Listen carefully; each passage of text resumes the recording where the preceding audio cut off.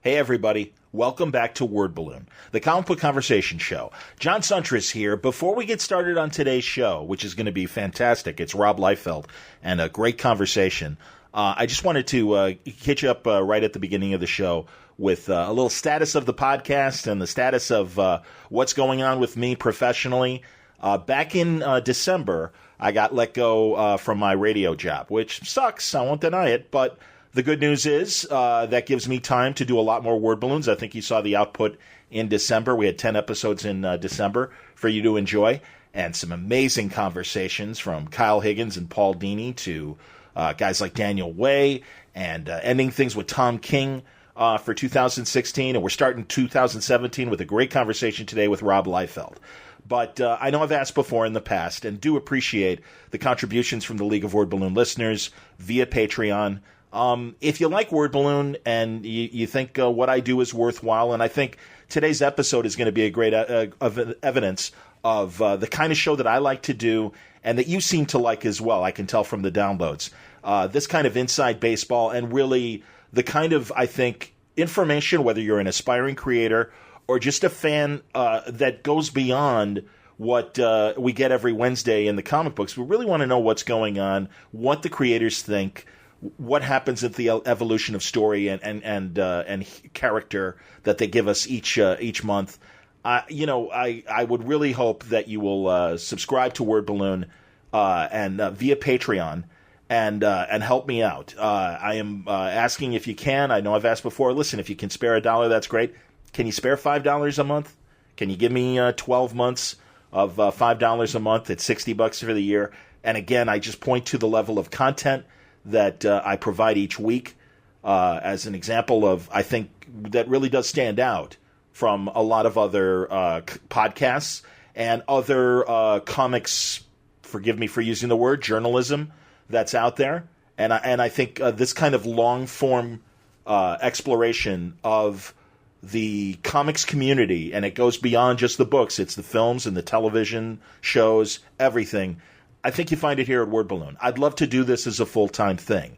I will be and continue to pursue other sponsors to help, pay the bills and pay for all this too. But I am going to ask you if you can spare it, and if you got the discretionary income and can spare $1 a month, $3 a month, $5 or $10, that's great. I don't want you to break the bank to support me. But if you do think that this is worthwhile, I ask you humbly to go to wordballoon.com, click on the Patreon ad, and give what you can in terms of subscribing to Word Balloon. Every month I get new subscribers, and I really, really do appreciate it. Thank you very much.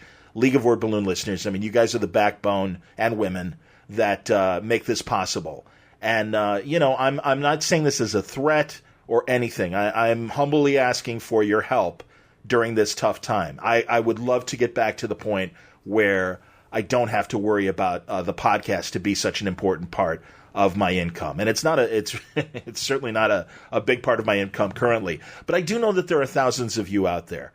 And if even the thousands of you were able to even just give me, $1 or $3, it would really make a big difference. $5 would be fantastic.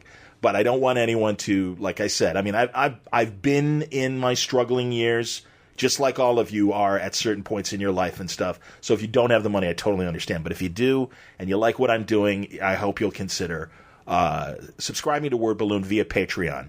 If you go to the ad on the front page of wordballoon.com, you can go to, it'll take you to patreon.com/wordballoon. That's where my page is. That's where you can subscribe. And really, thank you very much for your continued support.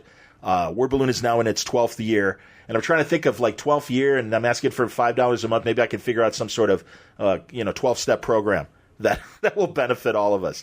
So more announcements as we get new episodes. But I'm very excited about this month, the shows that we're going to have for 2017 and moving beyond. And it starts with an amazing conversation with Rob Liefeld. I have just finished it several minutes ago. I was going to start 2017 with a different conversation. That'll be the next episode. But Rob and I really get into some amazing conversation about the incredible year that he's had with the success of Deadpool. We've all, I'm sure, read the headlines that Rob's Extreme Universe is now being optioned as a potential movie universe with contributions from Akiva Goldsman and Graham King to make these movies happen. We get into that. We certainly get into what an incredible victory lap Rob was able to take with Deadpool. And, honestly, it's funny. We're all talking about how it's an R movie and it was such a big success. What does that mean moving forward? Logan, obviously, in a couple of weeks is going to be this year's first superhero R-rated movie.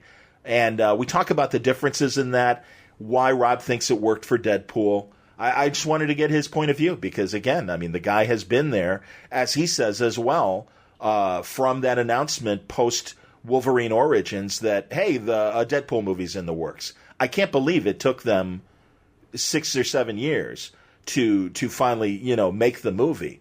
And Rob really goes into great detail about all the concerns and pitfalls that happened during those 6 years.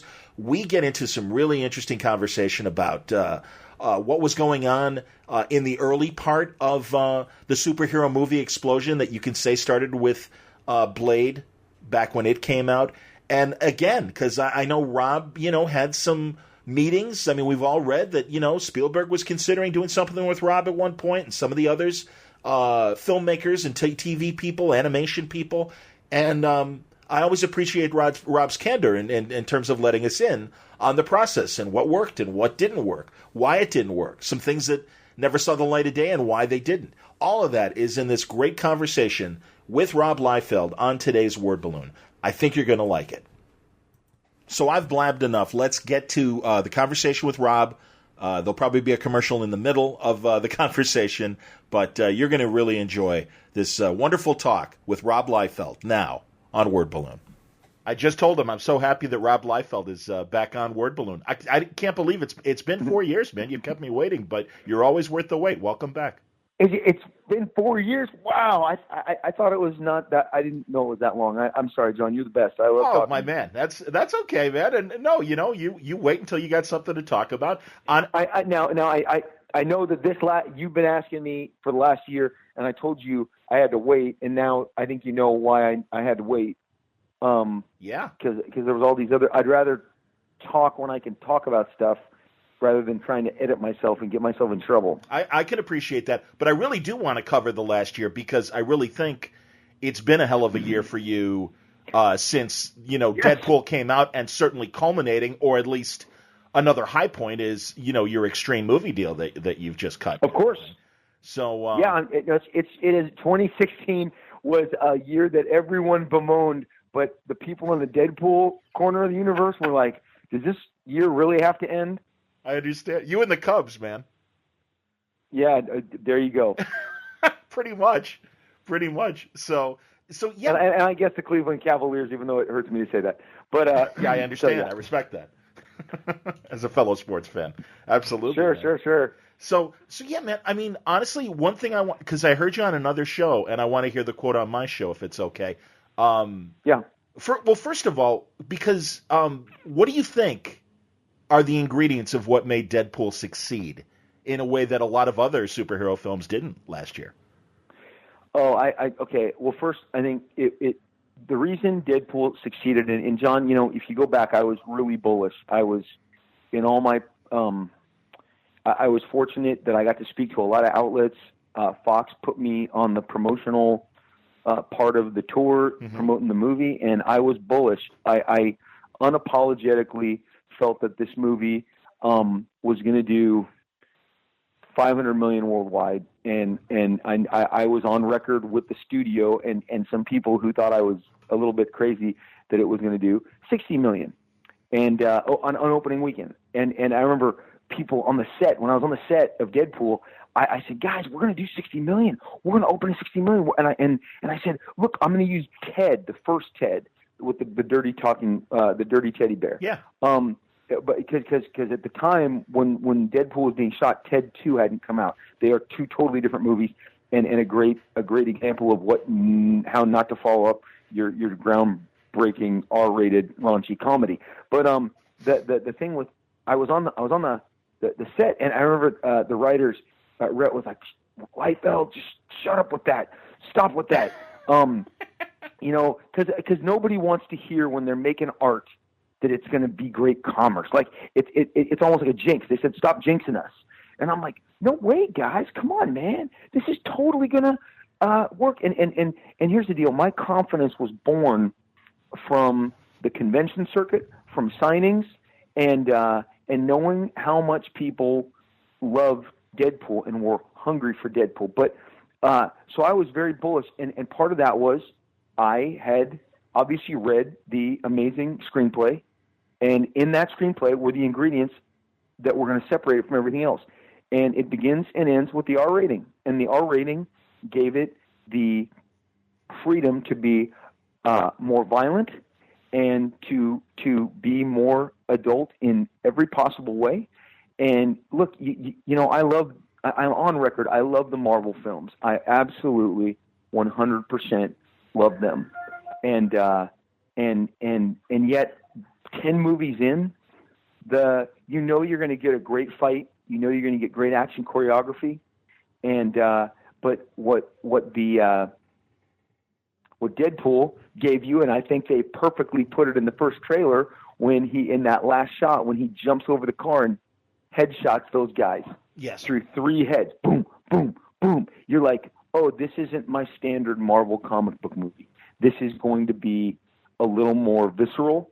And again, John, we grew up watching, I tell people, if you were in the 80s to the 90s, and you saw a Mel Gibson movie, a Bruce Willis movie, a Sylvester Stallone movie, a Schwarzenegger movie, a Von Damme movie, it was R-rated. Yeah. And that's what we dug, and it had that next level of adult attitude and swagger, along with the with the violence, and again, you can just show more stuff with an R-rated movie. So knowing that there had been nothing with an R rating, and now we were going to come out swinging with this movie that was more edgy, for a lack of a better edgier film. Hardcore violence, but okay, so that's the beginning of my confidence, okay? Okay. But I also knew that that the movie had a great love story, and it would appeal to, say you dragged your girlfriend to it. Right.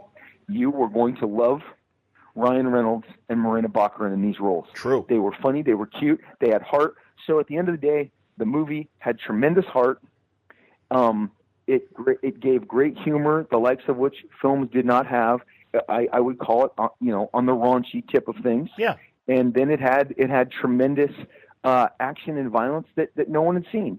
But John, it was the challenge of the screenplay. And trust me, Rhett and Paul, the writers, know that I flipped out. And I was talking to one of the Fox execs last night. To be honest, when the script came across me in 2010, came across my desk, I'm like, this reads like a Quentin Tarantino film. We all celebrate Quentin Tarantino. We love him. Yeah. And he's only available to us every few years. So this Deadpool screenplay had a Tarantino-esque-ness to it. Yeah. And you're like, people will respond to this in the best possible manner. And it's got all those great elements. They built a great character. It's non-linear. The film is non-linear, like much of Tarantino's work is. True. But good point. But it is a drama. It is a drama. It is a comedy. It is an action film, and it is a love story. And so that's the script had all of that in it. But then Tim Miller juggled that and made it all work, and you never feel like the movie gets very dark. When he gets cancer and leaves Vanessa to go to the workshop, the movie is very dark and grim, and then it lightens up because he's a wise ass, and you got something in your teeth, Francis, that stuff. But the thing is that it juggles a love story, the drama, the action, and the humor effortlessly. It started with the script, it continued with Tim, who mastered it, and you got to understand, by the time it came out in theaters, I had seen it 13 times, and Go on. Three of those were in one sitting when I did the DVD commentary with Tim Miller. We watched it 3 straight times. It ends, boom, loop it again, because Tim wanted to talk about it again, and sure. so and then we so then that night we started at noon. We had a break. We finished about 5:00, and then or about 5:30, and we had to go to the IMAX Center, which is elsewhere in Los Angeles, because IMAX was doing a screening for fans that had won through a contest, and I was going with Tim and the producer Simon Kinberg, and we were having a Q&A afterwards. So I plopped into that, and I'm like, I can't believe I'm seeing this for a fourth time today. Now, prior to that, I'd already seen it 3 times. So I was about to see it, that IMAX screening, I was about to see it for a 7th time, and I literally went, maybe I'll just take a nap. No one will know. Maybe I'll just take a nap. But you know what? It started every time the credits roll and that Juice Newton Angel of the Morning starts playing. I hear you. I just go, because I'm a child of the '80s. I love Juice Newton. I love that at the minute, and the fact that crazy violent scene plays out. Yes. Among Juice Newton, and you're just like, I'm in it again. I'm in it, and I tried to not love it, but I mean, John, and I know it's like completely self-indulgent, but it's okay to like something based on something you created, if it's made as well as they made it. Absolutely, and man. I just kept going. I can't believe how much I love this. And when I went to a test screening, the last test screening with an audience in November of 2015, and that's when it scored off the charts, and Fox knew that they had. I mean, I was there. I saw the audience polled. 14 out of 20 people gave it an A. The rest, the other 6, I mean, it was, how many people, raise your hands, think this was excellent? Okay. I remember, I thought all the hands went up. I'm like, what, 2, 3, 4, 5, 6, 7, 8, 9, 10. You counted twice, 14. Okay, 14, put your hands down. All right, the rest of you, so Deadpool is not excellent. Would you say it's very good? Boom, all 6 go up with very good. And I went, oh shit, this movie is going to connect. It's connected. And it was, they didn't know what they were seeing until they were let in the theater. Again, they let people out. And, I mean, everybody cleared. Everyone filled out a card. Sure. I won't tell you what the score got, but Fox said they hadn't gotten a score like that since Avatar. And, wow. Again, Avatar wasn't R-rated. True. So yeah. At that point, you knew they have got goods. And so I just, and to me, the romance, kind of the beginning of the romance, I was on set for. So when Ryan meets Vanessa, and I'm pretty honest about this to everybody. I made Ryan. I made Deadpool. I created and introduced Vanessa, and I tell the writers all the time, I never got them as good as you guys did. And the truth, and this unlocks the other door. Unapologetically, and I said this to Ryan last night, I will say this to you right now, Ryan's Deadpool is the best Deadpool, period, end of story. Sometimes somebody walks into a role and they make it better than anything that came before it, and I'll give you 2 other names who achieved that, Christopher Reeve. Definitely. And Robert Downey Jr. Definitely. And you go, holy crap. I was 10 when Superman, the movie, came out. And I can remember my dad driving to see it with me as clear as a bell. It was like it was yesterday. And I had Superman comics, and I love Superman. I've always been more of a Superman guy than a Batman guy. And when I walked out of Superman, the movie, I was like, that's the best Superman I've ever seen. And I believe that Hollywood has been chasing Christopher Reeves and Dick Donner's Superman 1978 movie ever since. And it's still the king of the hill as far as Superman movies go. And so I think Ryan stepped into Deadpool and made it his own. It's his voice now. I think when people think of Deadpool, they think of Ryan's Deadpool. And he had that combination of he's obviously funny, he's a smartass, he does the whole Joe Kelly breaking the 4th wall, because I'm always very quick to tell people I did not do that. That is a Joe Kelly mechanism. Sure. But also the thing about Deadpool is especially in the film, he's a little sinister. And I'm not sure that always comes across in the comics. He's a little sinister.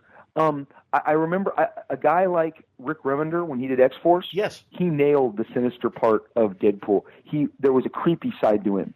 And when Deadpool is hunting down Francis, and he finally comes across the agent that recruited him, and the guy goes, "This is going to hurt bad." And he goes, "Yeah, it is." And he motions to the camera and he pushes it away. And then you see the horror on the people's face as Deadpool clearly violates him. Like, he's funny. He's a wise ass. He's passionate, but he's sinister. And, you don't want to mess with Deadpool. So to me, look, you can't, there's the writing, there's the direction, but, and to end this 20-minute answer, you can't do it without these, you can't do it without these performances. Ryan, especially when we were at that IMAX Q&A, we were talking about like what Ryan put himself through.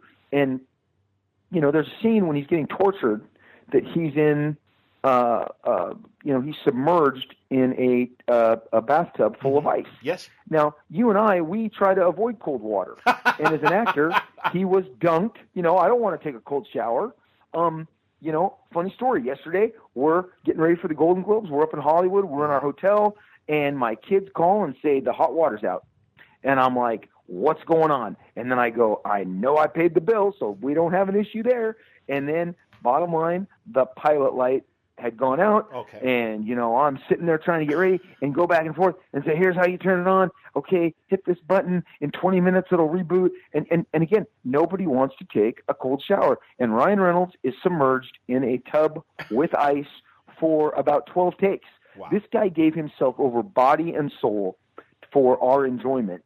And when he's hanging from ropes, being punched, that's not a stunt double. And also, obviously, he has that wicked, again, the sinister part, that wicked naked fight in the warehouse where it's burning, and in the workshop when it's burning and there's crap falling. And, I mean, that's Ryan. He's naked. So thank you, Ryan, for being naked and having a fight with Francis, because it's disturbing. Like even Tim Miller said, and he goes, you remember Viggo Mortensen in I forget Eastern Promises. I know exactly what you're doing. Thank you. Eastern Promises in that bathroom, the shower scene. Yep. It's disturbing to watch a naked man fight. Yes. So like I said, dude, you once you get down to the performances from T.J. Miller to Morena Baccarin to Ed Skrein and finally Ryan. I mean, look, everybody gave everything. I sometimes I truly believe. Deadpool was made by desperate people, a first-time director who it had to work for, two writers who had been championing this screenplay for 7 years, and Ryan Reynolds, who'd been championing it for 11. Wow. It was do or die, gun to everybody's head. This works or the ship goes down. And you know what? It made it to the other side, and it wasn't a ship, it was a rocket, Absolutely. And it took off. So, I mean, it was, and John, getting to know all these guys over the last 7 to 8 years. And, if the movie never happened, Ghost Rider, we all laugh at those Ghost Rider movies, right? The Nick Cage ones, they're not held in high esteem. No. But Ghost Rider is still published. There's Ghost Rider toys. Ghost Rider is still a viable comic book property.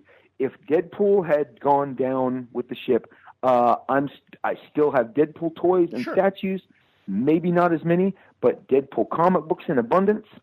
And so it was like, I was excited. I was hopeful, but like Deadpool would have still been around. We've seen movies that don't do well don't tank the properties.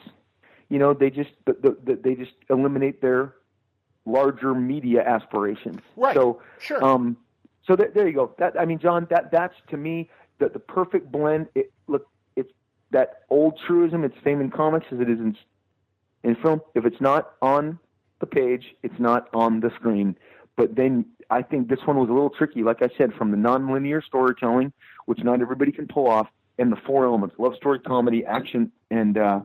It's a cancer film. For a half hour. You're right. You got the guy who's dying, and he's seeking. And look, here's the deal. You can see on the DVD, Tim cut out a very prolonged section where Wade goes to seek treatment in Mexico, and for the people who've seen that extended scene, it would have slowed the pace of the movie. One of the things I think people respond to, I know I did, it was so Deadpool is not a bloated 2-hour movie. 100%. It doesn't even. It motors. It moves. Yes. It's and I think in this day and age where everything runs too long, you appreciate something that knows, like, here's what we are. We didn't overdo it. It's done. And guess what? Now you want more, don't you? So I think that was an asset. So making it lean, making it mean, not overdoing it. That's a deft.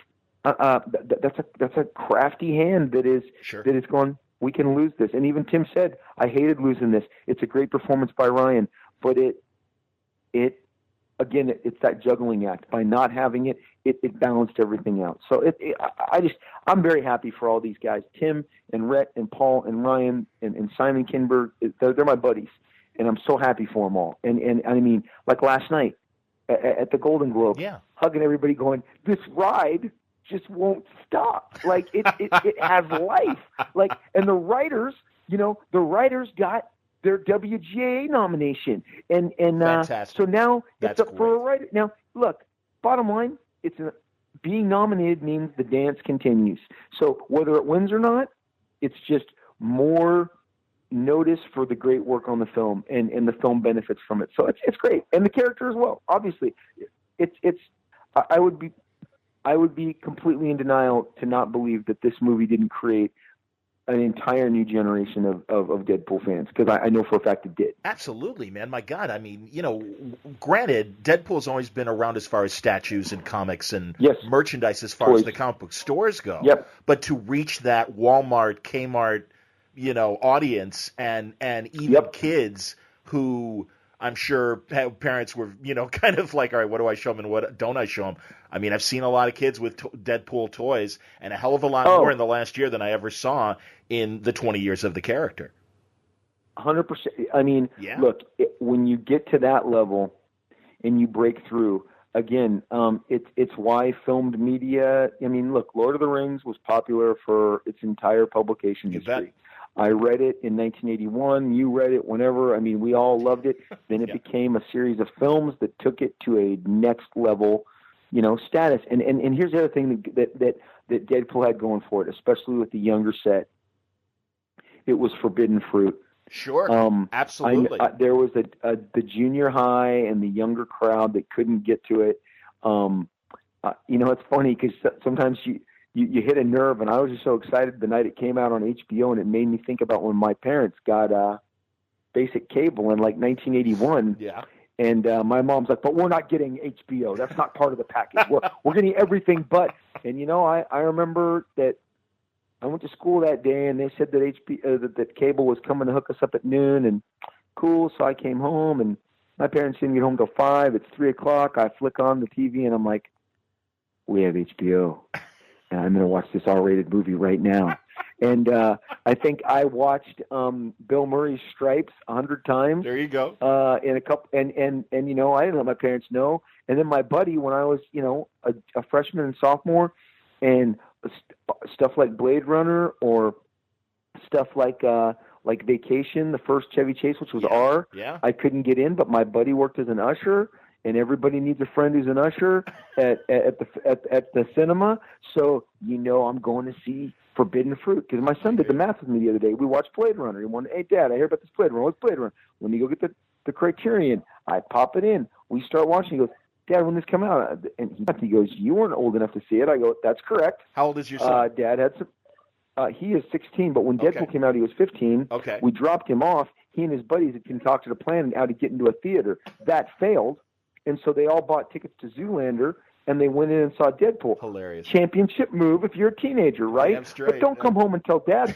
Don't come home and tell Dad that. And so he told me that, and I said, dude, you are never to give Derek Zoolander Deadpool's money ever again. I will walk you in. Do not buy Zoolander tickets. Like, the money should go to Deadpool. It was like, look at me telling my kid not to do what I did.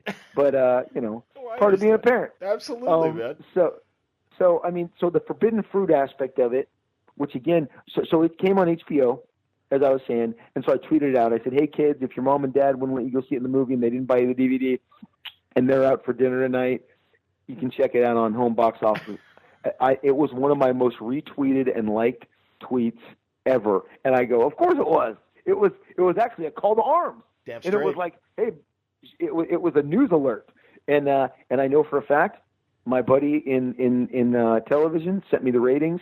Deadpool, when it debuted in 2 showings on Saturday night, eclipsed the top was the top watched HBO movie of 2016. So I mean, there is no record that Deadpool did not attack.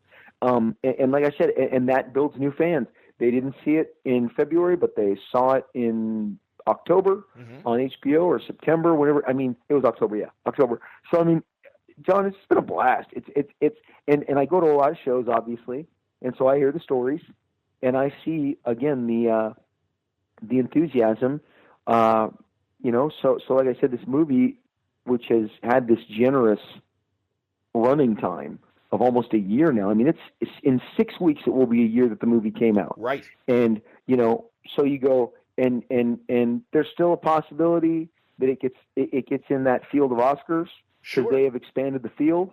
And you go, it might be the only popcorn film that makes it in because although La La Land is obviously a brilliant film and going to make a lot of money and be a commercial success, but I'm still holding out. I'm a believer that Deadpool has an Oscar, has a potential for an Oscar nomination. So who knows? It just keeps going, so it's fun. Did it reach any other? As you say, the writers got their WGA status.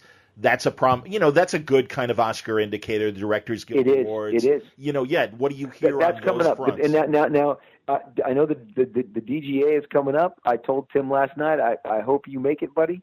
I mean, look, at this point, we are playing with house money. Absolutely. And by we, I mean the audience that loves Deadpool. I mean, it's funny that a lot of people call me last night and oh man, and now my social media, Ryan was robbed. Well, of course I think so.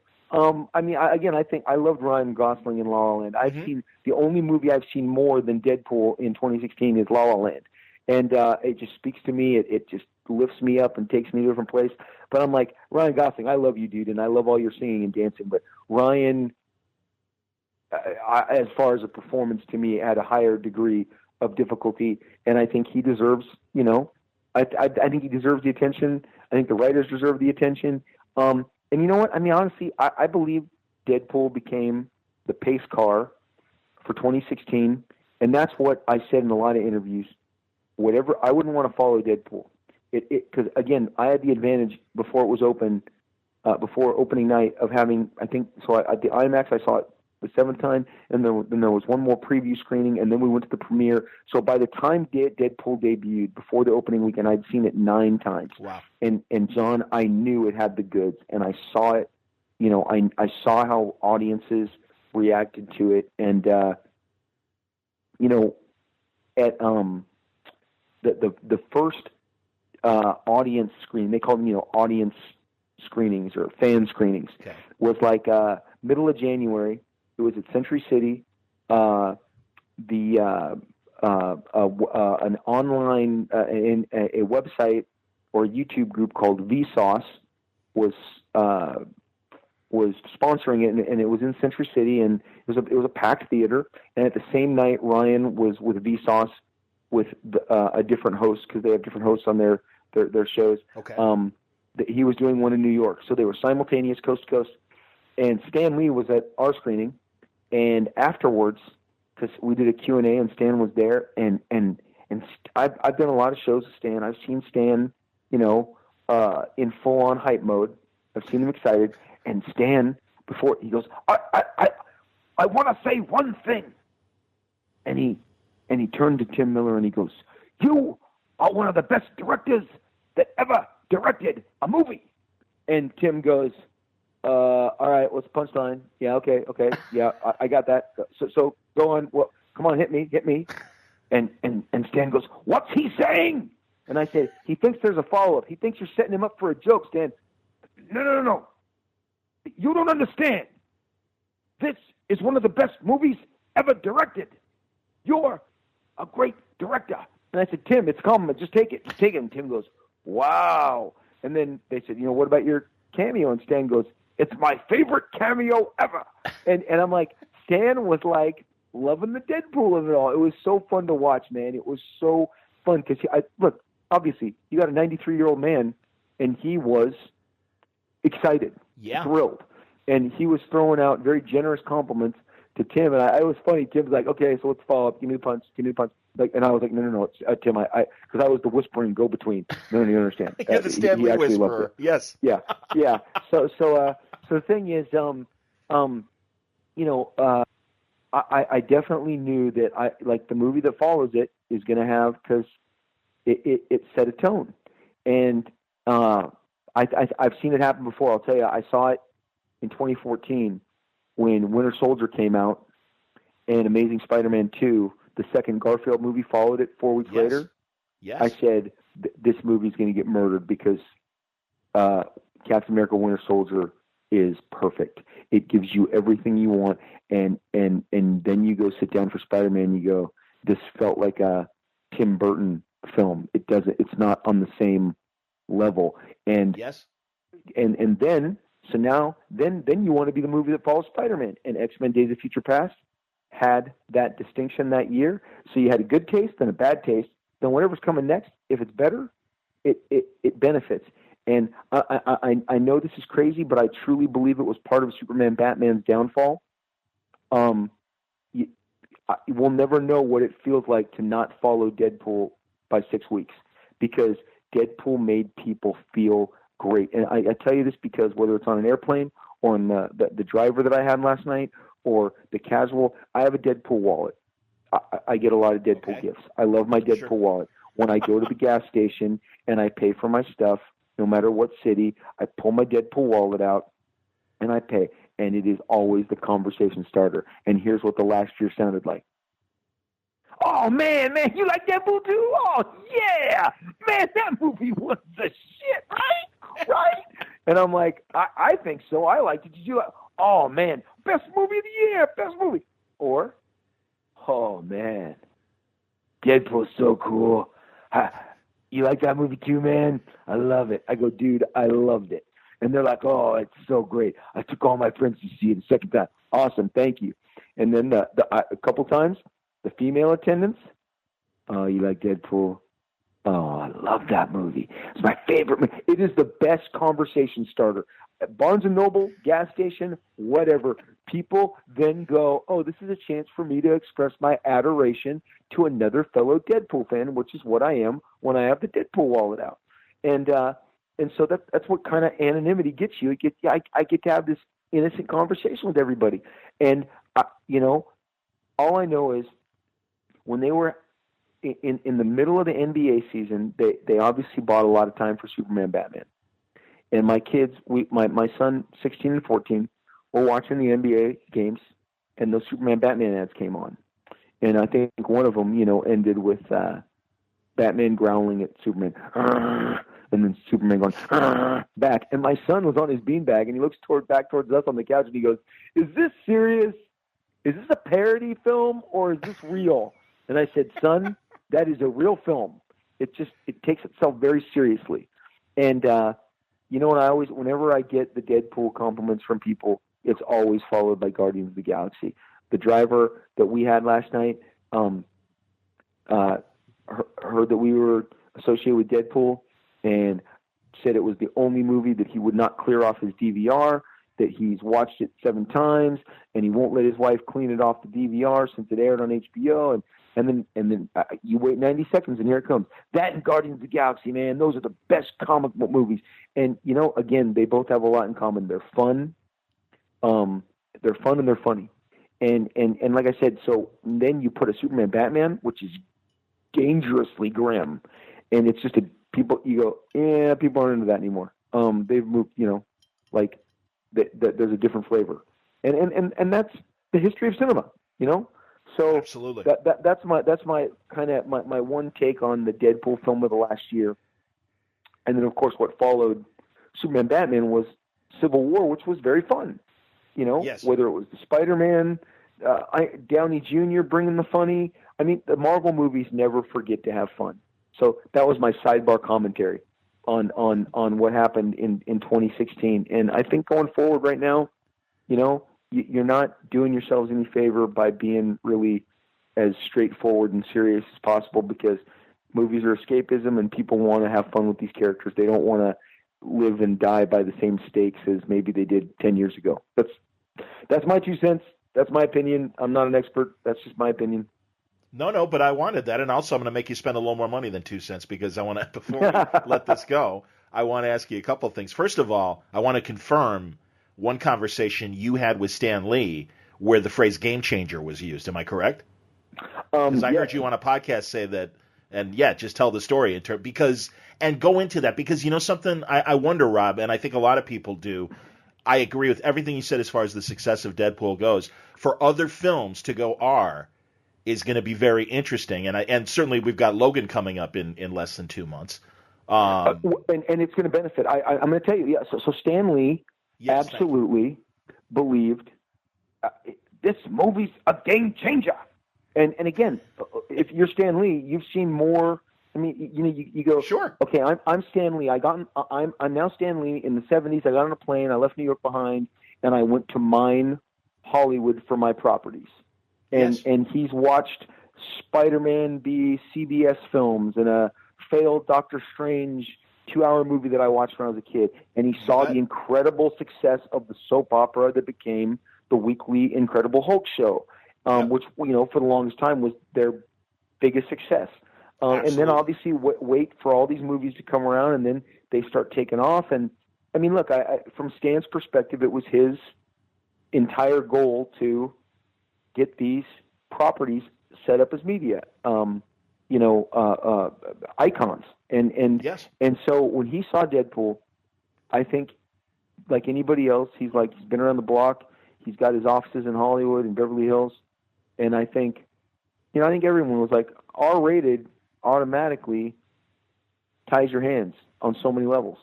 But to see that I apologize, I don't do the we, that the Deadpool film guys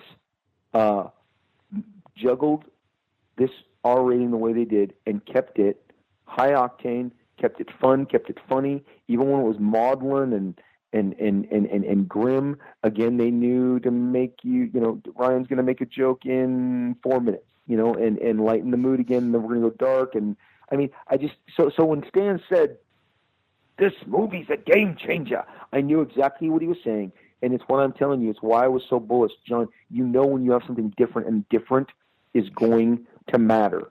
Look, I'm going to go back. I'm going to draw a parallel. We were all told the Image 7 at different times to stop breaking the borders, stay within the panel grid. And one of the reasons that we exploded was we refused those rules. And we started playing with formats. We utilized splash pages more generously, double splash pages. People said we pandered. That was our criticism. Oh, those guys pander on every page. Okay. Well, maybe the audience needed to be pandered to at the time. Maybe they were tired of this same old. And then based on our success with Marvel, we went to Image and we made things a little edgier, a little more R-rated. We were able to push the boundaries of storytelling and production values even further. We became different. We did not do the same thing. And we achieved that same success. So with Deadpool, being what it was, I think when game changer, just meant there's another arena that we can play this game in now, not just this family-friendly PG-13, let's get all the kids in here. If you would have told me, despite everything I just told you, despite everything I said about Superman, Batman, what Superman, Batman had going for it was Superman and Batman, the two biggest global icons in the history of comic books, and the historic meeting of those two icons along with Wonder Woman. And if you would have told me that in 2016, that domestically that movie would make $60 million less than Deadpool, I would not have taken that bet. As bullish as I was, I would not have taken that bet because it had so much winning on its side. It had let's not kid ourselves. Batman has become the go-to icon. I mean, I dare say he's one of, if not, he is the most popular, has been the most popular comic book character, and certainly in publishing beyond. I just think that that film, was destined to be a mega hit just by virtue of the lineup. And yet, as I talk to you, I'm sitting here, I'm Googling 2016, so I just want to make sure I have my facts straight. So Deadpool made $363 million in the United States. I am wrong. Batman Superman made $33 million less. Suicide Squad made $50 million less. And I view Suicide Squad as a Batman film. Batman's in it. All the villains are Batman. And I mean, Scott's a Batman villain. Harley Quinn's a Batman associated character. Batman's in it, and there's one more Batman element in the movie. Oh, Joker, duh. So I mean, you've got these two giant Batman properties did not do what Deadpool did, and that speaks to the cinematic achievement of the actual Deadpool film. Again, because of, you can say, the soundtrack. Here's a funny story. In that focus group, they asked people to say what they liked about the movie. So this is November, around Thanksgiving of 2015, and he said, is there something that sticks out to you about Deadpool? I love watching. It's like a carnival barker when he runs the focus group. He's fast. So to be more like him, he's like, all right, okay. So you've determined that you've liked Deadpool. Could you possibly share with us what did you like about Deadpool? Is there something that stood out? Would someone like to raise their hand and share me what stood out to you about Deadpool? Okay, you right there. What did you like? And the lady shot her hand up and she goes, I loved Wham. And that was summation. Careless whisper. That was, and he goes, ma'am, you said you love Wham. Could you elaborate? You love Wham. She goes, I just love Wham. I just love that it was in the movie. And I'm like, okay, sometimes that's how easy you win a battle. You had the right song in the soundtrack. You had the right song in the playlist. And I laughed out loud. I like Wham. And so you know what? I don't know what it came down to. Maybe it was George Michael, God bless him, but that gave him the win. But like I said, you sit there and you go, clearly it was a game changer because of the achievements I just told you. And anyone listening goes, oh, Liefeld's all money. No, they're just barometers. I love plenty of movies that don't do well. I spent one of the great opportunities when you go to an event like last night's slight sidebar. I have praised the cinematic achievement of one of my favorite movies of last year called Captain Fantastic, and the Vigo movie. Yes, go on. And I got to I was walking across the director Matt Ross. I've been a fan of his since he was in Last Days of Disco, Big Love, and I could not believe what an achievement as a director he made as a first-time director with Captain Fantastic. Wow. And so my wife and I poured our praise all over him, and I have literally tried to turn as many people on to Captain Fantastic as possible. So, and Captain Fantastic is not a movie that did anything remotely impressive in terms of its box office. That does not change one iota that I believe it is one of the best movies last year. It is a brilliant movie. It's so rich with its characters and family, and it really made me want to be a better father. And again, that's sometimes what fiction can do for us. It can inspire us. So I know I'm people, no absolutely, question. And I'm giving you all these financial barometers. But the Superman, Batman, Wonder Woman historic meaning, I think, had higher expectations placed on it. So again, you're asking me about game changer, and I'm defining why, the ways I think it is. Now, going forward, I do believe 100% based on what Deadpool achieved. But I'm going to get back to the Wham thing because I think it pertains somewhat. Please, absolutely, go, man. You're doing great. Logan, with its R rating, in my opinion, I haven't seen the movie yet. My buddies, who I respect tremendously in the blogger, movie critic universe, say it is the best depiction of Wolverine they've ever seen. And look, I've always laughed at how Hugh Jackman can stick people with his claws and then pull them out. And his mutant ability isn't that he has the claws; it's that they self-clean themselves on the way out of the wound. because they're always so nice and shiny, and they're bloodless. And I'm like, I cut myself with a piece of paper, and the paper has blood on it. It's that quick. And but he has these self-cleaning claws that never ever show blood. Well, from what I understand, he is in the blood and in the violence in this movie. And I'm telling you, John, as I think the male audience alone reacts to that visceral element. I mean, we're going to finally get to see this berserker. Let's think of 300. Let's think of Braveheart. I've always talked about The Passion of the Christ was more of a horror film than anything else. I mean, people show up for gruesome stuff, man, for exciting violence. And look, I think the tale that they're telling in Logan and the character work and the R is going to give him an avenue to really pursue maybe the darkness that has always been with Wolverine that they've only hinted at, given that it's PG-13. But if Logan does what I think it's going to do in terms of connecting with an audience, then what's going to happen? Because the business is the business of Hollywood is very tricky, and they're going to need more than just a Deadpool to determine that. And so if they get a Deadpool R-rated success and a Logan R-rated success, that they'll consider it more seriously than they have before. And I mean, think of Verhoeven's RoboCop, and at the end when that guy comes out of the vat of the acid and the car splits him in two.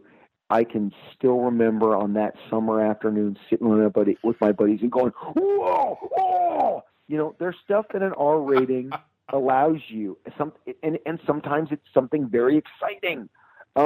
And that scene in RoboCop is like, whoa! And it was already a bloody. I mean, what a great film! I mean, Verhoeven, such a master. And the R ratings, again, this family-friendly fight scenes, as good as they've been choreographed, and I'm not sure that. I think the action in Civil War this last year was the best I've ever seen in a superhero film. It took my breath away. The entire pursuit when Black Panther chases Winter Soldier and Cap across the rooftops down to the parking garage. Yes, that is some of the best action I've ever seen. So the PG-13 films are delivering, but if you don't have the budget to do, because look, those movies are very expensive, and you can look up on Box Office Mojo what the admitted expense of those films are, what they'll admit to spending. But again, maybe Logan doesn't have that room for that, so it's going to go from maybe being harder edged with its violence. And again, this is historically we dig this stuff. Dirty Harry never made a PG-13 movie. Okay, so I believe that the game changer aspect of the R rating. I think there is some much of it hinges on Logan, because then they'll just go, well, Deadpool was an anomaly. But I'm pretty bullish now on Logan as well, even though I don't think Logan is going to be as fun as Deadpool. And I also don't think Logan's going to do the same box office. Let me make that clear.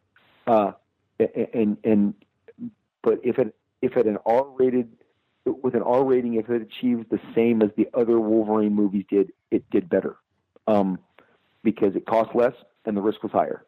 $58 million only for Deadpool. Oh, yeah, you're never going to get for Logan. You're never going to get that on. I mean, again, I was joking last night. Like, those Fox accountants must just, if they see anything Deadpool related, they must have such a different reaction than the rest of us, because the accounting world is so, cost, profit, loss focused, and Deadpool's just like all profit. It's like we got it all back and then some. Honestly, I did not see it climbing the heights. Like I said, I thought I could stick my neck out there and make these $400 to $500 million, projections on Deadpool. And again, man, when I talked to Tim's like, Rob, I felt like if we made $100 million on our budget, that we would have been seen as a success. And I mean, some days I just don't even, I can tell even Tim's like, what happened here? This movie just caught fire. I mean, it caught fire. You can't even talk about it, So, I mean, and but we can get to what comes next with that later. But I think it showed people what's possible. And John, I do believe that there should be a tier of these movies that are R-rated and a tier that are, PG-13. I don't want to do away with the family film rating. I love taking my whole family. For 10 years, I took my whole family to these movies. Look, Guardians of the Galaxy is going to make $1 billion, and it is a PG-13 movie, and James Gunn is a maestro, and he balances it all under a PG-13. I mean, I love the family film, the family-friendly films, but again, I think the R rating has, an R-rated Batman movie might be maybe the best way you can exploit Batman going forward. But again, then you do get the night, sweetie. You get the the bean counters that do go, but that will lose us money because that's what the studios are now built to. They need to maximize every dollar. And again, by Deadpool not being, China asked for certain cuts, and Fox said, "Board, this is all we have for you. We're not going to, make these cuts." And that's on the record. That happened. That was reported. And so Deadpool didn't get to go to China and get the same benefits and the same optics as these other movies. You can pull, $200 million out of China. Yes, China has become a very important part of the money equation. Definitely. 100%. Go on, please. So I mean, I look, when they make these decisions, your listeners obviously are very smart. They know this already, that you're not going to see an R-rated Star Wars movie in my lifetime. Probably, I think you're right, man. I think you're absolutely right. It's built, that entire franchise is meant to home runs every time, not just get triples and singles. And look, Deadpool still would have been a success had it made $400 million. They'd be doing backflips. The fact that it kissed $800 million made it a phenomenon. And as the year went on, when people would, excuse me, it's late here in California. I'm yawning. It's even later where you are. You're good, man. All good. But the thing is, because I was out late last night. I'm tired. The thing is, with the fact that it kissed, it went to those heights. Like I've said, it might be the overachiever of the year. But I mean, it definitely showed what's possible, and that you can, make something that isn't held back, that the rating doesn't restrict it. And what I was saying is, the reporting on Deadpool as the year went by, oh, this movie matched Deadpool, or Suicide Squad catches Deadpool worldwide. And I'm like, with the PG-13, wait, don't not say with the PG-13 rating. I mean, that's different. They're not the same. They are not the same. And yet sometimes the media just wants, they go for the headline, and it's sexier looking that way. I mean, Deadpool definitely, like we talked, had restraints on it. My buddy and his 6 friends gave all their money to, like I said, Derek Zoolander that weekend, and who knows how many times that multiplied, and why. But that was missing because of the rating. That was a necessity of the R rating. And again, John, I mean, it's so exciting. Like, I mean, it was an exciting. The entire experience was exciting, and part of, if your listeners are going, man, Liefeld is just too full of himself on this. This movie was denied access for 6.5 years. That's a long time.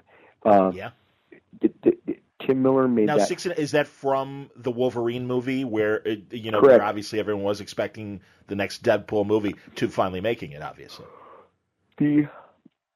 I've retweeted it and shared it in the past, but I think it was like May 11th, 2009, front page, Daily Variety, Deadpool gets spin-off film, and it was because Wolverine Origins had opened so successfully. People forget that it opened to almost $100 million,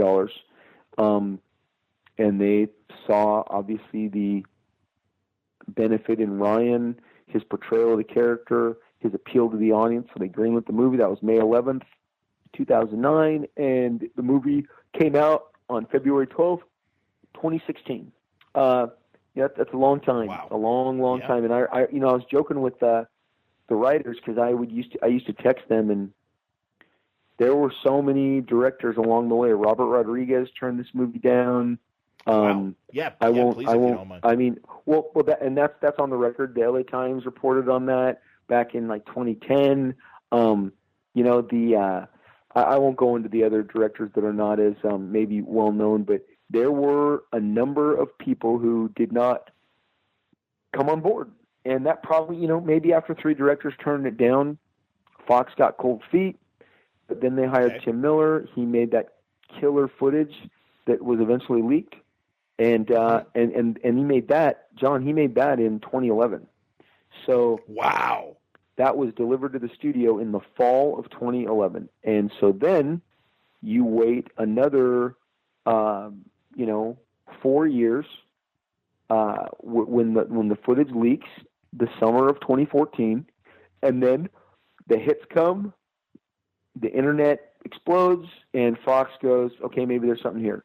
And they start shooting the film. That's how it happened. I mean, I don't know what it was, 25 million hits in 2 days, it was some outstanding number. And of course, you know, again, I hate to, we talk about stuff all the time, and the reason some stuff doesn't get revisited is unfortunately it's finances. That this is a business, and again, you know, when that 25 million or whatever number it was, you know, that they times that times $10 each, and they're like, maybe this is worth finally taking a risk on, and so they did it, and you know, again, then it was shooting in 2015 and released in 2016. So, and I'll tell you, John, until, you know, there are movies that get made that don't get released. I mean, and stuff that ends up going a different route, a different distribution channel. And so even after the movie was shot, I'm like, are they going to release this? You know? And then when I was sitting at that test screening, I know a lot hinges on those things. And so when it got those scores, I was like, okay, in my head, I'm like, well, now they're going to feel better advertising it, which means maybe the advertising budget got a kick. You know, you just never know, because it's a very competitive business. And so, you know, I just think that 6 years is a long time. Yeah, man. And so, I mean, you know, by the time it came out, and then to have it connect the way it did. And again, part of you go, you know, if you're me and you've gone around telling everybody that this screenplay is the best thing, you know, one of the best things you ever read, and all the different elements and how it juggles and all that stuff there. Like I tell people, page 1, scene 1, Juice Newton, Angel of the Morning, that's been there. You know, that now it's 7 years ago. So when you see it, and the entire, I mean, those they were very clear. I did wonder how it would be shot. I read it. I'm like, this is really interesting, but it's definitely doing that kind of bullet time Matrix thing where we're moving around the image and going in and out. And oh man, the way they pull it out, and you see Ryan Reynolds as Green Lantern. And there's the People magazine with him as the sexiest man. And then at the end, you know, Deadpool's holding that guy by the jockstrap. I mean, it is the way Tim pulled that off was, oh my gosh, that was ridiculously impressive. And it's poetic. It absolutely sets the tone. So like I said, but once that happened, I'm like, okay, so now I'm confident this is going to be released. This is going to hit the theaters. And again, man, so 6 years. So in case people are like, oh my God, he won't shut up about this. It's exciting. It's fresh. It was a fun year. Like we started this conversation, it was very eventful, very fun. And look, I'm looking over at my counter, and somebody decided to turn on the, you know, open up the channel and start distributing more Deadpool stuff, because you never know. This guy on Twitter the other day was like, oh, you know, I'm not getting enough Deadpool merchandise. I said, you mean six deluxe action figures in 2016 didn't do it for you? Because let me assure you, it did it for me. It did it for me. And I'm like, you know, somebody opened up the floodgates. That's what I was trying to say. And Deadpool merch has been, I mean, John, some weekends, some weeks, it's 2 to 3 new Deadpool items. And there was a period there where it was 2 to 3 items every week for almost 2 months. And, you know, new statues, new pop figures, new a Hot Toy figure, a Sideshow figure, the NECA figure that just came out, the new Marvel Legends figure, the Diamond statue, the Diamond model kit. I mean, the new Banks. It's amazing. And yeah, I collect all of them. Sure you when do. someone makes 3D renditions of your art, you tend to consume them. And you go, Absolutely. wait, I went from one of these to 6 of these a year. This is fun. I mean, it is. Like this new NECA figure came out, and look, I'm not the brightest bulb. I see these descriptions. It says NECA 1/4 scale figure, and so. Okay. About 2 months ago, I was in the store and there's this new Hulk figure that was released, and it's probably 22 inches or something like that. And I'm like, wow, who makes this? And the guy goes, that's NECA. And I go, oh, cool. They're making that 1/4 scale Deadpool. Yeah, it's almost going to be that big. I go, is that what it means? And he goes, Rob, how tall are you? It's basically 1/4 of your height is what it means. I'm like, wow, I can't believe I just got that explained to me. So it was towards the end of 2016 that I understood what all this 1/6 scale crap means. Because, John, I had no idea. But now I know that it means I got an 18-inch Deadpool with 38 points of articulation. And yes, I am in the sandbox again the minute I see this stuff. And I am on the ground, and I am playing with toys, and my family hears me say, I don't know that there's another toy I have tall enough to battle him. I need someone for him to fight, because now you're just at basic, like, I have Obi-Wan and I have Darth Vader. They're going to have a lightsaber fight. But Absolutely. I'm like, so now I got to go buy that damn Hulk figure because it's the only thing scaled enough. And part of me is like, good job, NECA. You've now only got 2 Marvel characters under your license, and it cost $400 to collect both of them. So Wow. If you want one, you might want the other because people they pair things up. So Absolutely. yes, Rob Liefeld's going to now go buy a Hulk figure so my Deadpool figure can have somebody to thump on. But, look, it's kids and toys. I'm part of this secret group. I'll be kicked out now when this is on. But I'm part of this comic book pro group on Facebook that you got to be initiated into. And it was funny the other day one of the pros said, and it's really growing, there's a lot of pros in there, and said, hey guys, how many of you guys use the fact that you draw comics to make excuses for buying action figures? And I'm like, me. And I mean, obviously everyone's chiming in going, yeah, me too. My favorite is, it's research. So yeah, you can make an argument for that, absolutely, man. Yeah. And especially as they make them more, detailed and everything, and not only the points of articulation, but goddamn, when you look, I mean, I take pictures of these things at all the big conventions and show them to my friends, and they're all like, "Wait a minute, isn't that Robert Downey?" I'm like, "No, that's a toy." Oh, dude, Jesus Christ, they're so lifelike looking. The Sideshow and the Hot Toys. Yes, I'm like, they literally must have gotten scans of them. They are so lifelike. I mean, the new Star Wars Jyn Erso. I mean, all the new Force Awakens. I mean, it looks exactly like.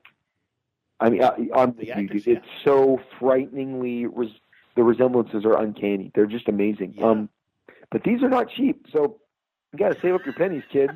You're right about that, man. Yeah, it's a great new vein people are tapping on, and it's like, oh, okay, well, maybe the reason the comic sales are down is because we're buying $200 action figures now. Did anyone bother to do the math on that?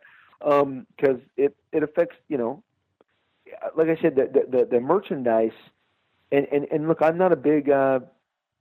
I tend to collect the stuff that's based on the stuff I created, and I buy a lot of Bronze Age stuff that they put out the Submariner. Oh, that's awesome. Action figure, with the full like underwater pajamas, with the under, not the trunks. When in the 70s, he went to the blue costume, and John, with the open chest. Yeah, John Burns' depiction in Namor. Absolutely. Yeah, and so they put that out as a Walgreens exclusive. I saw it. I was shocked. I bought it. They've been doing a lot of the like Inhumans, the classic Inhumans, the classic Triton, Gorgon, Karnak. I see that stuff, and it's immediately being purchased. But what I'm saying is the DC stuff I don't collect as much, but I know that they have an aggressive action figure division, and it feels like every week they have a new line of DC, collectibles, and I can't I can't imagine that that's not affecting, you're shifting your dollars now to toys, and there's not an infinite amount of money in a comic store. So now I've completely gone off tangent. But the bottom line is, no, I like it. this comic book, Deadpool. One of the after effects was all the new merchandise, and like I said, it's cool looking stuff, man. I you know what? I got it right with that black and red. I mean, somebody did. That's the best costume design you ever did, and I'm not going to argue with you. It looks so good on the shelf. It just and I keep going, boy, good thing I didn't do red and brown, red and black, or the original Daredevil design, with yellow and red. So anyway, you're killing me. That's fantastic. We've covered all that, but I mean, look, and I'll be honest, I do go. Is the backlash coming? Has Deadpool been winning too much? I think what's going to happen, I'm going to answer my own question because I do think about it, is I do believe with the sequel, and you always hear them talking about adding Cable and Domino and expanding.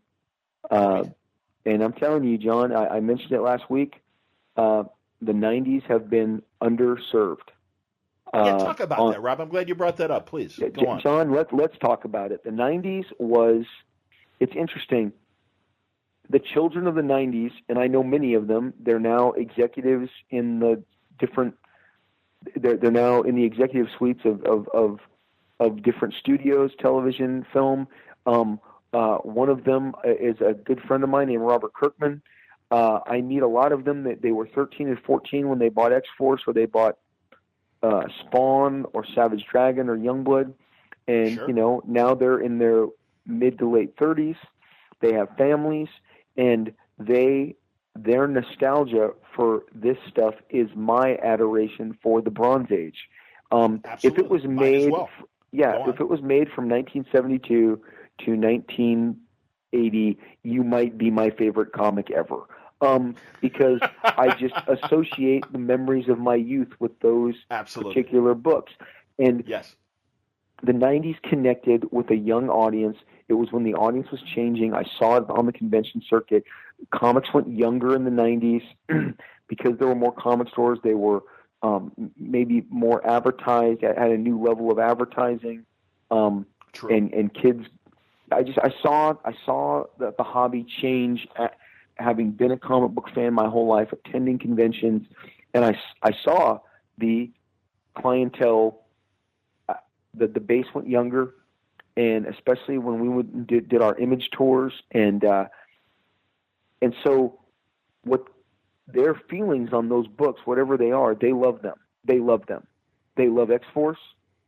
They love Deadpool. And that, again, I always knew the character in and of itself. Just strip away everything I did in service of praising the film. Deadpool has always been immensely popular. I crack up when people say that he's a lesser known character. No, I was doing the math the other day. He may be one of the highest selling debuts of a character ever, given that his first appearance was in a comic book that was at the top of the charts, selling 750,000 copies. His second appearance technically was as a trading card and a fact file in X-Force #1, which sold 5 million copies. In his third or second story appearance in X-Force #2, of which he is on the cover, and it sold 1.2 million copies. We are talking about a market penetration of over 7 million plus copies, and when comics were at the top of the charts. And again, he had an action figure. X-Force had action figures less than a month, an entire line dedicated to them by Toy Biz less than a year. Sorry, not less than a month, less than a year of X-Force #1 being published. I remember Marvel called me and said that the toy people were in, and they looked at my designs prior to X-Force going to press and had asked, can we do comics off of this. And Avi Arad, who ran Toy Biz, would later tell me, your designs are very toyetic. I'd never heard of the word toyetic. Toyetic. And I go, great. What is toyetic? He goes, there is playability with these. This is how Avi talks. Avi, I am doing Avi Arad. And he sits there and he says, your toys have very toyetic and they have hardware and software. And I remember going, okay, he lost me with hardware and software. But what I think he meant was they have lots of gear to play with. Yes. That's the hardware, and the software is the storytelling that comes from it. And I'm like, okay, so you can pull this guy's swords out, and you can imagine him knifing this guy. I get it. True. But okay. I remember, and Avi loved the pouches, the shoulder pads, the knee. He loved all of it. And so I knew that I had connected on a toy level, toyetic, in 1991. But so again, these books and the market penetration, the sales they achieved were astronomical, and the fan base, this idea that there was, people buying 100 copies and keeping them in their basement. Great, maybe that's true for a certain segment, but most of it was kids buying. These kids who couldn't afford a case of 100. This myth that everyone had them in their basement, and these kids who bought these comics and loved these comics, and they have been underserved. Largely, Marvel and DC are producing comic books that have origins from the 60s, 70s, and 80s. Deadpool was the first pure 90s property in 20 years, and I guess the Mignola, the first Hellboy was 2003, 2004. So okay, Hellboy. Yeah, true. There was Tank Girl as well. I mean, there's Deadpool, Barbed Wire. I mean, the failure superhero films. Now Barbed Wire and Tank Girl were in the mid 90s, along with like Spawn was 97. I think Barbie and I think they're all 96, 97.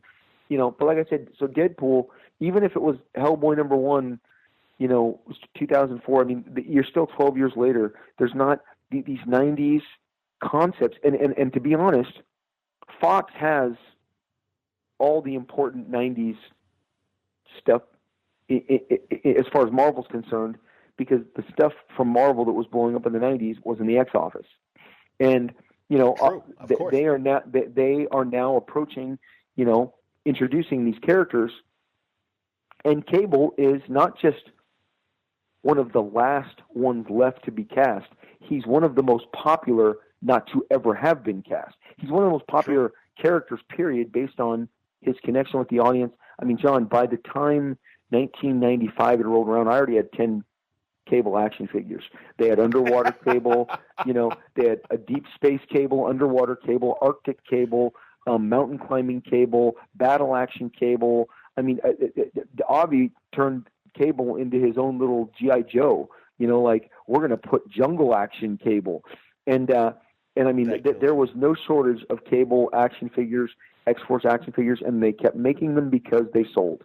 One thing I learned from the toy business, when something doesn't work, it's turned off fairly quickly. It's too expensive to indulge something that isn't connecting.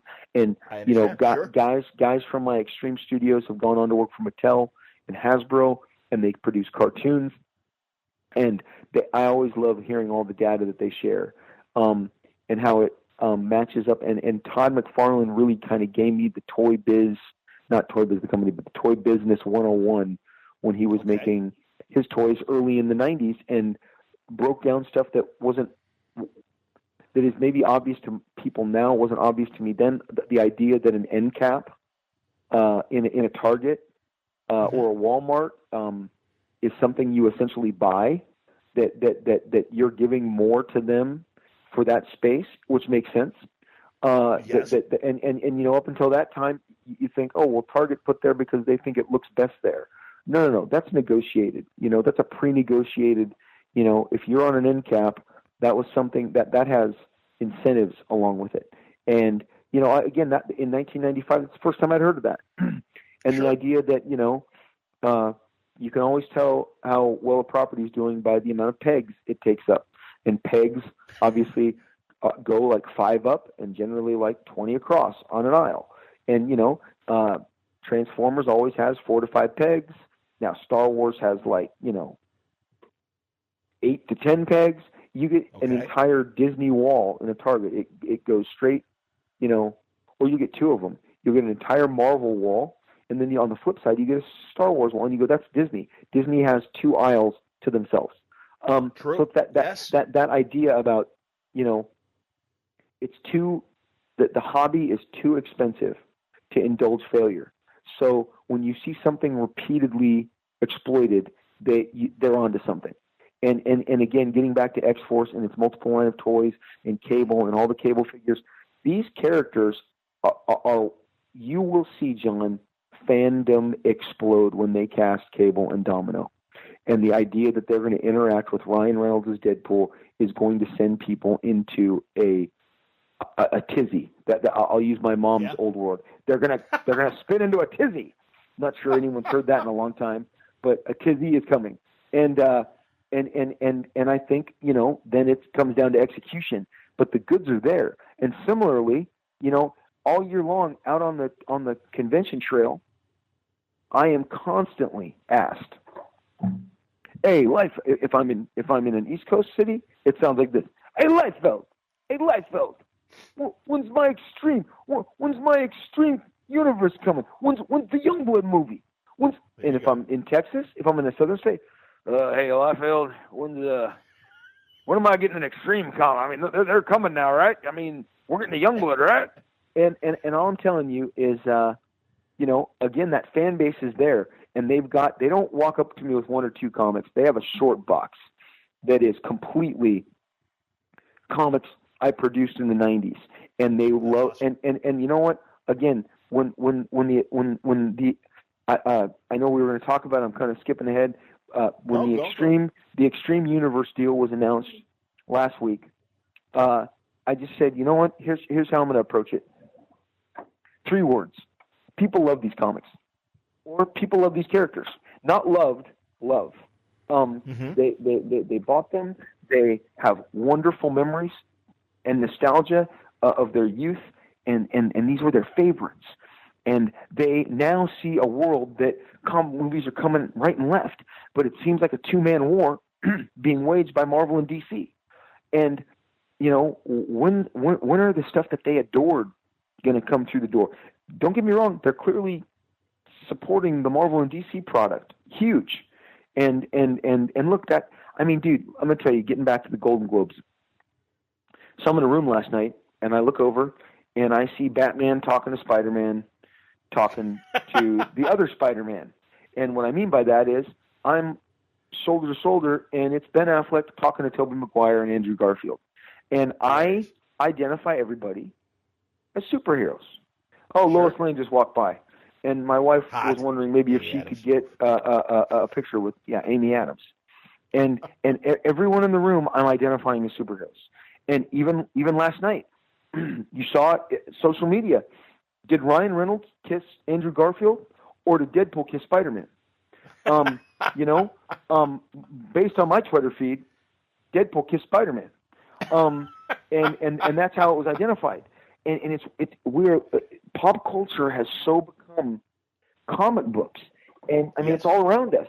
And so, point being, all of these giant talents in Hollywood are now scrambling to be these characters. And I have been told by multiple sources, and I know for a fact because 2 actors tried to obtain the Cable role by going through me directly, and if I told you who they were, you'd fall over. But I was told there is a line out the door to play Cable, and I believe it. And that's exciting.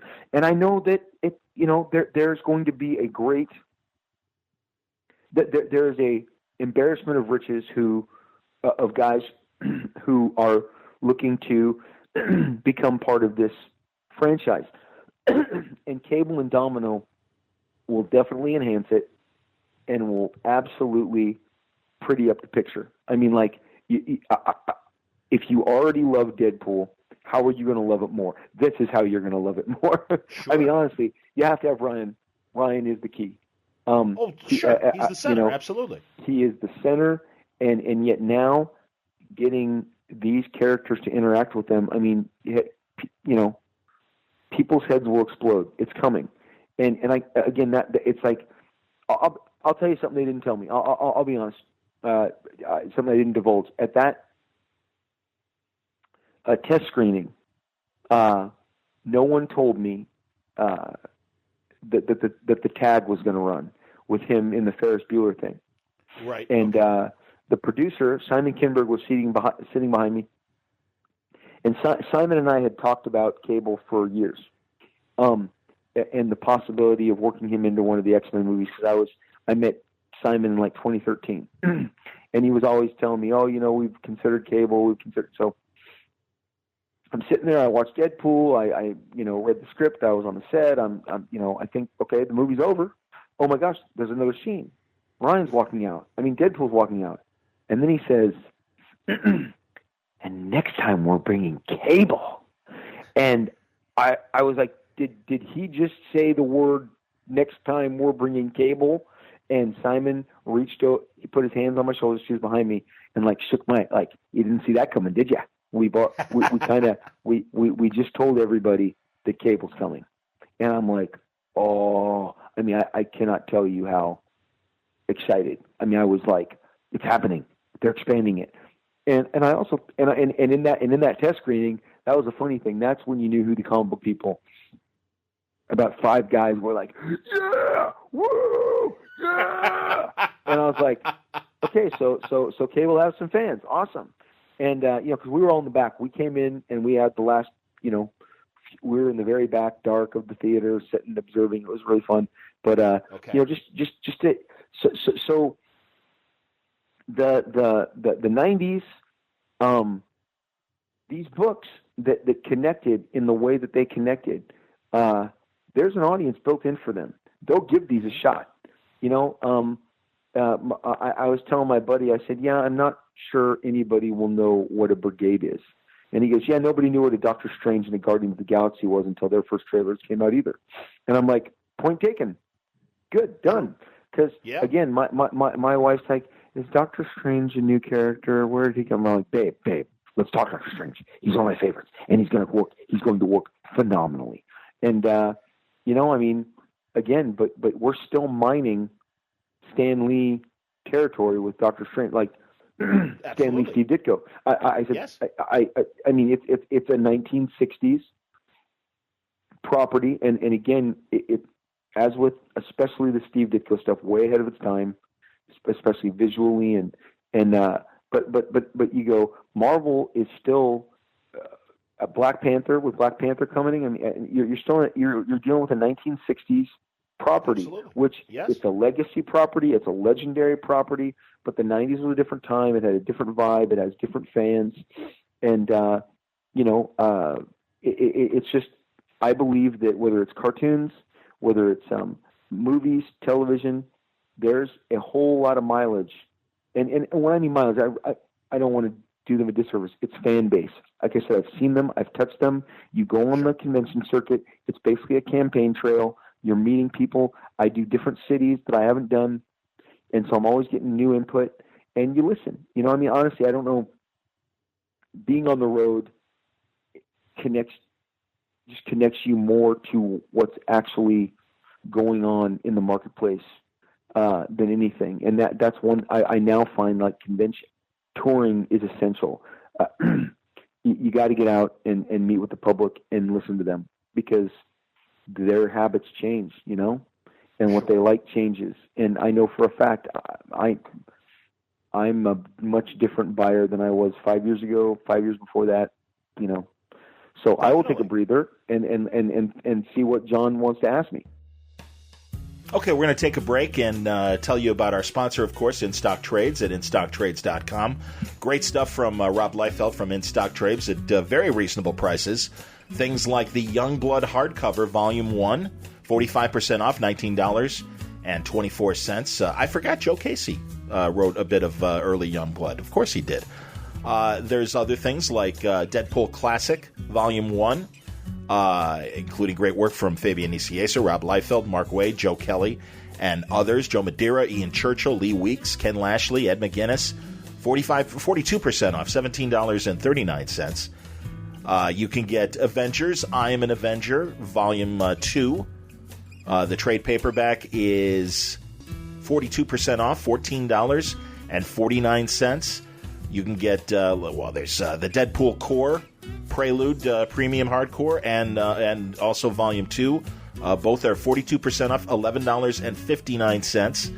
And a hell of a lot more. If you go to InStockTrades.com, you're going to find Rob Liefeld product at amazing prices. Don't forget, if your orders are $50 or more, you'll receive free shipping from our friends at InStockTrades.com. All right, back to the conversation with Rob, now on Word Balloon. Let's move on to another subject, which expands on this and also I think includes what's happening with your Extreme line. I really think, and I've talked about this with a few other creative people, and said that as much as some people are kind of waiting for that oversaturation point of the superhero film, I'm like, this is like the Western. And when you really go back to the silent era of the Western was very simplistic because it had to be, because it was a silent film.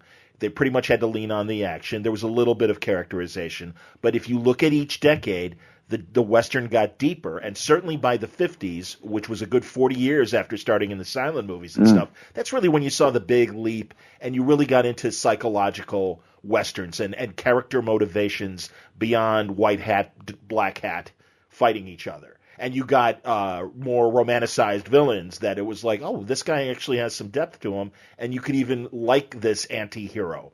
And that's really when the anti-hero really kind of invaded Hollywood, I think, overall in all its forms and stuff. And I think superhero and really just genre fiction films are at that same point of opportunity where the right writers and the right directors understand that. And everything you laid out about Deadpool's success, I think, falls into those categories, and the failures of Batman Superman. Because, I think Zack Snyder, in the case of Batman Superman, was dealing with imagery, which he is exceptional at. He is always great from a visual standpoint. Yes. But like putting that Dark Knight Returns showdown between Batman and Superman at the beginning of their relationship, I think is a huge mistake, because as comic readers, we're like, these guys have known each other forever. And the story even showed that. If you had never read a Batman Superman exchange, you knew this is older Batman, you knew about Superman, you knew that at least on a periphery level, you knew that they were friends of some sort, and now they're finally facing each other. To put that kind of conflict at the beginning of their relationship takes away all the emotional impact of what we got in the Miller comics. Dude, you could not have broken that down. I mean, from the silent Western, that's master class right there with John. John, that was brilliant, and I agree with every single thing you just said, because we are at the first decade of this, right? This. Yeah, since Iron Man, because you can almost it is. We go back to Blade. Mm-hmm. That's what I was going to say. Like from Blade to Iron Man, that's 10 years. But then there was a game changer in Iron Man, and here we are now with Deadpool. There's the other game changer. And oh man, Iron Man was such. I think that to me, Iron Man was the beginning of the second age. And like you said, from Blade to Iron Man was one age where there was exploratory. What can we do with this? Then it was, hey, maybe we actually take these comics more seriously to their source codes. And, oh, look, people like it when we adhere to the source material and we maybe don't go off on our own direction. And again, you've seen that play out. And look, there are these long form storytelling, operatic, elements that people are completely in rapture. I mean, Marvel's got people. I mean, they've got them hooked. Everybody wants to know how the next chapter folds into the next. But as you said, I believe there's an opening there because again, you're going from the silent to the Searchers with John Wayne, and then then you're going to the Sergio Leone spaghetti westerns, and so it continues to evolve. And again, comic books will most certainly when you look at the end of the year and we go, was it I don't think we really, as a community, really, there was not a complete realization of how well comic book films did in 2016 until that final chart came out, and they are 5 of the top 10. That's it. Yeah. That's all you need to know. It's there are the other 4 are animated films, and then there's Rogue One. So you go, Force Awakens or whatever last year. Yeah.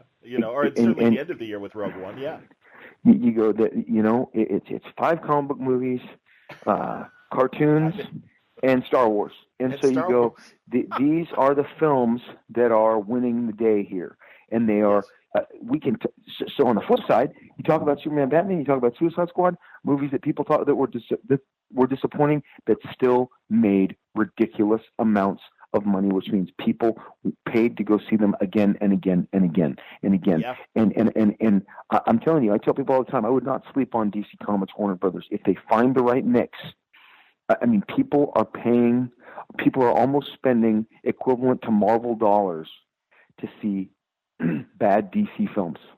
True. If they make a good DC film, look out. Hell yes.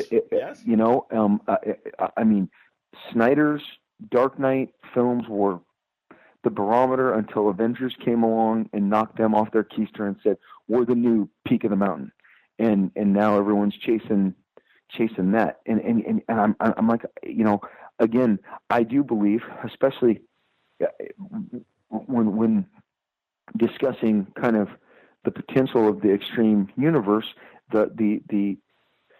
it was that we do have, there are different concepts and different premises from what currently exists in the kind of the superhero space. And what I mean by that is the Justice League and the Avengers are by virtue superhero clubhouses, and that's not disrespectful. That is a basic breakdown of what they are. I mean, if you watched the Super Friends as a kid, they got together in the Hall of Justice, and in comics they were getting together in a satellite. And the Avengers had the mansion. So they are superhero clubhouses, or the meeting du jour for these teams, and that's what they are. They come together, they fight together, they're in the club. Mm-hmm. With something like a Blood Strike, these are soldiers who are unknowingly but forcibly, to begin with, unknowingly and then forcibly brought back from the battlefield time and again and again and again and again to do the service of a kind of a dark agency. And so you've got people who are compliant with this and people who are not so compliant with this. The people who dig it, who dig that they can go on the, live, die, repeat again and again and again, they've got some psychological issues, as we explored in the comics. And then, there's guys who are like, get me out of this at all costs. I'm not going to be a part of this. In fact, I'm going to break out of this. And so again, that's a concept that you're not treading on Marvel or DC territory there. You're in your own space. Now, again, then is this R-rated? Because it's called Blood Strike, and you can go, you can go heavier. You can go, the tone can change. So those are discussions to have. They're ongoing. Something like Brigade, a guy who was part of a system breaks off, finances his own kind of rebel vigilante group, and again, there's some wiggle room there. And there's family qualities, in that the guy who leads Brigade and the guy that leads Blood Strike are brothers who hate each other. And if I woke you from a deathly slumber without your cooperation, without your consent, you might be pissed at me for the rest of your life too. And I told them it's the Cain and Abel of comics. Yes. John Stone and Cabot Stone hate each other. And so, there's exploration there that, again, we're not in a Marvel or DC film. So it's not like, hey, everybody, buy my superhero clubhouse, because honestly, that's not an easy sell. You can't just go, hey, with unfamiliar characters and stuff like that. Yeah. It's not an easy sell to the public. It's not an easy sell to to the buyers who want to make this stuff. And again, talking about the international markets, we've got there's the makeup of the characters in the Extreme Universe is more diverse. They reflect more of a Fast and the Furious kind of casting sensibility, which each of these groups, whether it's Shogun in Bloodstrike or KO in Brigade, they're Asian. And then Cybrid, one of the properties, is himself has always been an Asian character. So then you've got a Chinese financing partner in Fundamental Films, and so you've got Asian characters. And as we talked, those markets are blowing up. Sure. So how are you approaching this differently than the other guy? And trust me, the work that we did on these books, making them more diverse back in the day, is essential in their appeal now. And again, John, it's just a blast. And you've got, look, the success of superhero films is why people are wanting to maybe have their own universe to play with. Sure. And I'm just fortunate, I'm fortunate, John, that in 1991 I said, I probably can't do better than this at Marvel. I've scaled the highest heights that I'm going to reach in this company with these characters and X-Force. And, I cannot say it without telling you how proud I am of it. I mean, the fact that, I was able to go toe-to-toe with the Wolverine-led X-Men and the Spider-Man starring, and Todd McFarlane's Spider-Man, this giant icon. And I said, okay, how do I compete with these guys and stay in the conversation and not get left behind? Because my two buddies are running ahead of the pack. I'm going to see you a Wolverine, see your Wolverine and raise you with a cable. And I will see your Deadpool and raise you a Deadpool. See your Spider-Man and raise you a Deadpool. And look, I was trying to create the next hottest characters in comics, and it worked out for me and gave me my own vehicle, because that's when I look at X-Force, I go, none of those characters, the primary characters on those covers, did not exist a year before this cover was drawn. And, I take that showed me that I have my competitive nature, I can service it. I've got good instincts. And so based in 1991, as a young 20-something guy, I said, it's time. This window may never be this big again. I need to go explore this. And by making the jump and creating my own universe and owning it, it has given me the ability to, explore these kind of avenues with it. Absolutely. And go and talk to people. And look, I do not, I hate to say this, it goes against kind of the message, but creator-owned is not for everybody. And, do I think everybody should at least try it at some point? That I do 100%. I think creator-owned is not for everybody at the same time. And sometimes are guys who want to stay back, and let's say if eight talents left the big two to go form a new label and create their own universe, that would create 8 openings at the major publishers, like it did when we left. We were all replaced. Right. The Kubert got the Jim Lee, Wills Portacio gigs. Greg Capullo got my gig. Mark Bagley got the Spider-Man gig. And there were people who you talk to, and they're like, "Oh no!" I remember there were guys we asked to come join us and said, "Why would I join you guys? I just got a huge raise at Marvel following you." So and those people went on to guide those franchises to success for years. And it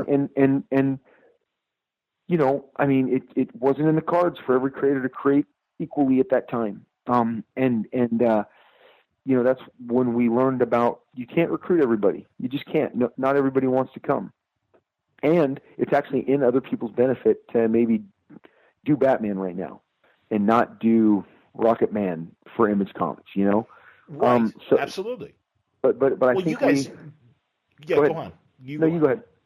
Well, I was just going to say, obviously, because I keep saying today's model, and you guys really started it, but today's model is maybe make your bones, make your name at DC and Marvel, and get. I mean, look at Tom King, who's had a wonderful couple years and is still there, but also kind of on the side doing like Sheriff of Babylon, which I know is a Vertigo and a Warner.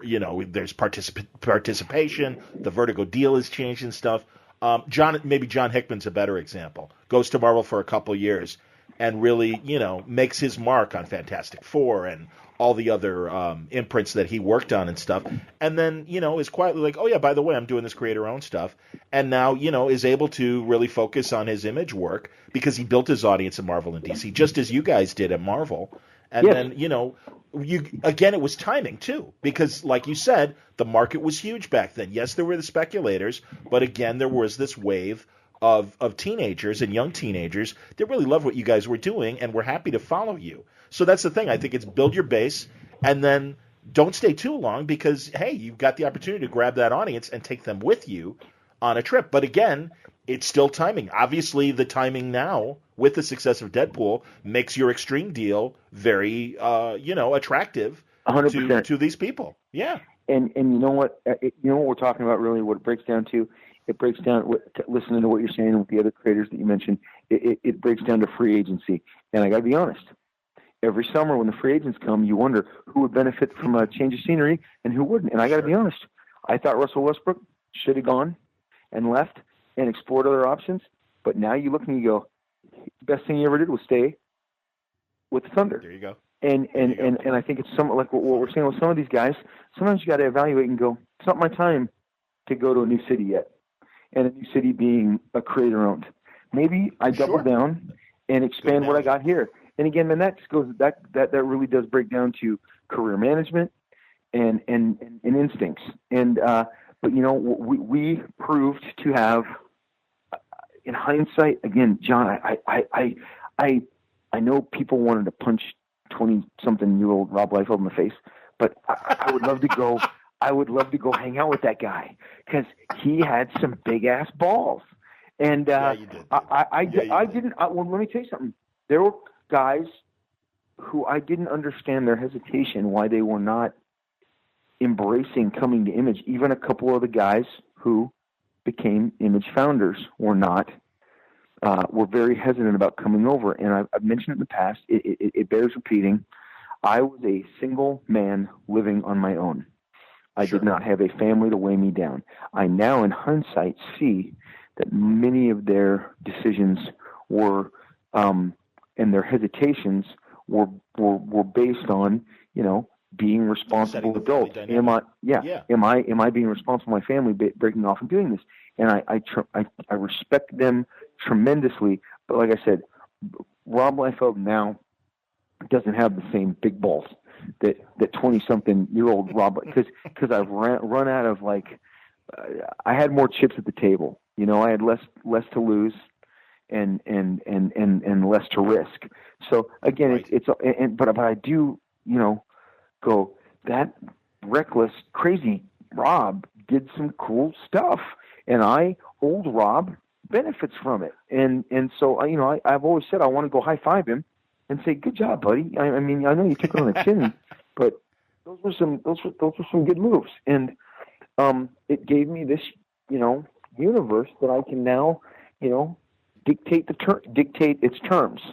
And so that's just, it is, those characters have always been near and dear to me.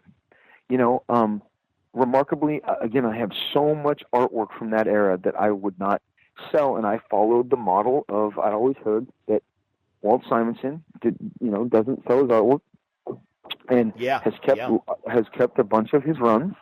And so, I was like, well, you know what? Since I own this stuff, I should be the guy to control the distribution of this art more than anybody else. Spider-Man pages, you can find a lot of Spider-Man pages, but the Youngblood pages stop with me. The Brigade pages, and again, so I kind of feel like I managed all those a little differently, and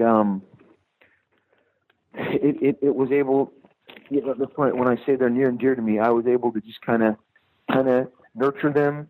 And again, when the time was right, because I'll tell you, John, that there are times I went 10 years without touching that catalog.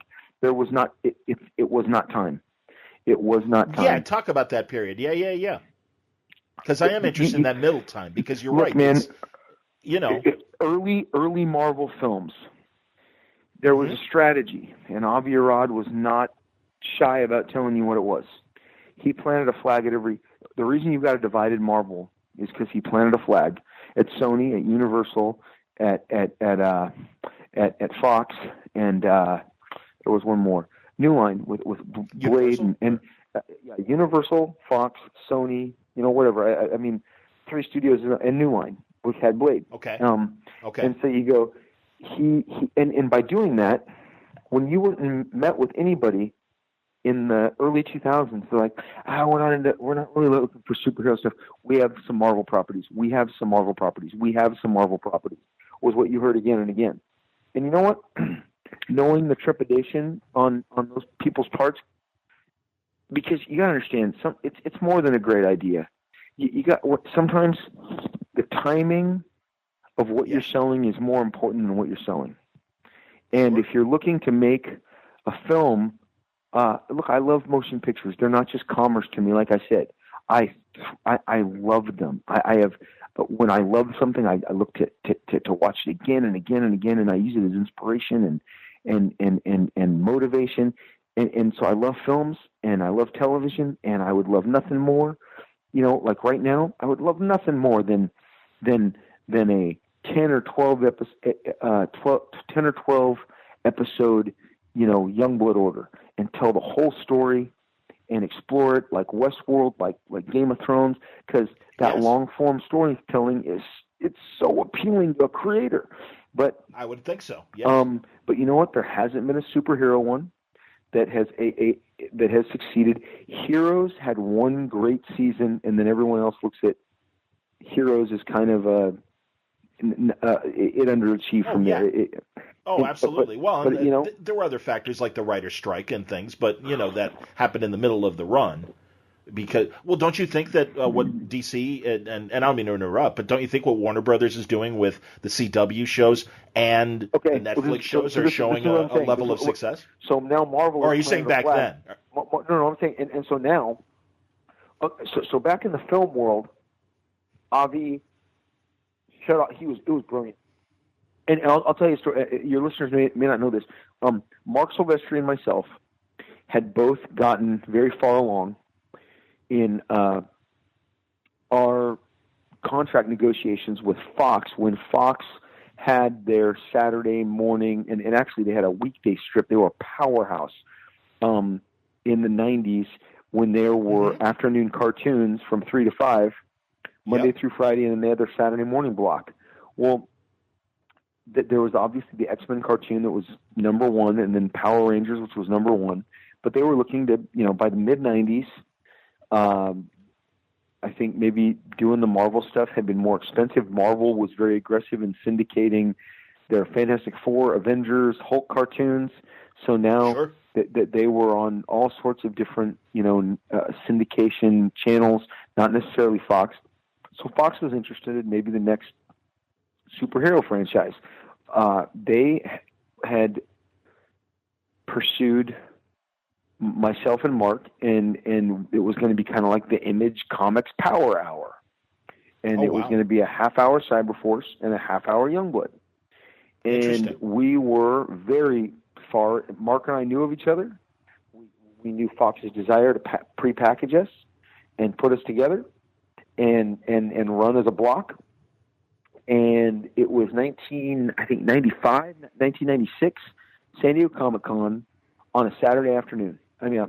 Saturday morning. It woke me up. Call from my agents at CAA, said, "Hey, Rob, sorry to bother you on Saturday, but we know you're going to be on the floor at Comic-Con all day. Hey, we got a call from Fox. They've pulled out of the deal with both you and with Mark. They're no longer pursuing the Image Power Hour. I know it's very strange since we're in negotiations. It's unlikely that this kind of stuff happens, but it happens." And I said, "What happened?" And he said, Avi told them that if they put us on the air, they'll pull their Marvel stuff and they'll never get another Marvel cartoon. And wow. And you know what I said? Good move, Avi. You blocked us. What you couldn't do to us on the distribution. You know, you don't think Marvel in 1991 could have wanted to say to Diamond, don't distribute these Image guys. You know, if we didn't have distribution, we have no life. Right. And I was like, wow, I really respect it. He's blocking a competitor. You know, we are not going to have to put up with these guys in an animated capacity in the way that we put up with them in a comic book capacity. And so then I actually met the Fox guys who were doing our deal on the floor at San Diego, and they're like, yeah, man, sorry, Marvel really negotiated hard on this, and, you know, obviously we've got success with these Marvel properties, and we got to...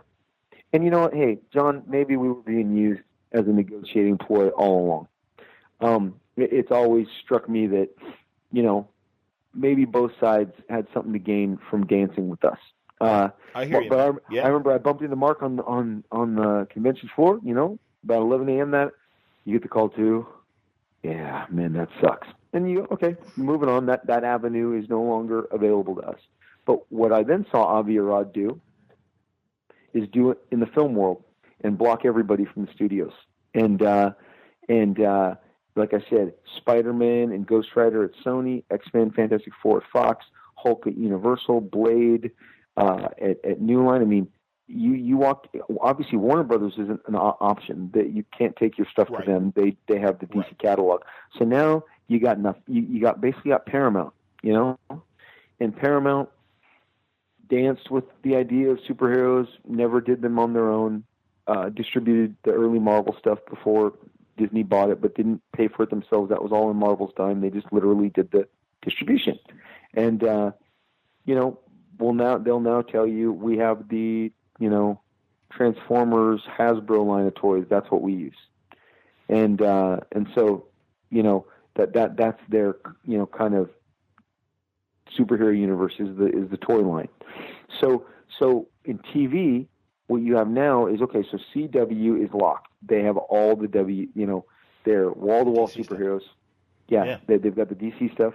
And then Marvel has taken Netflix off the table.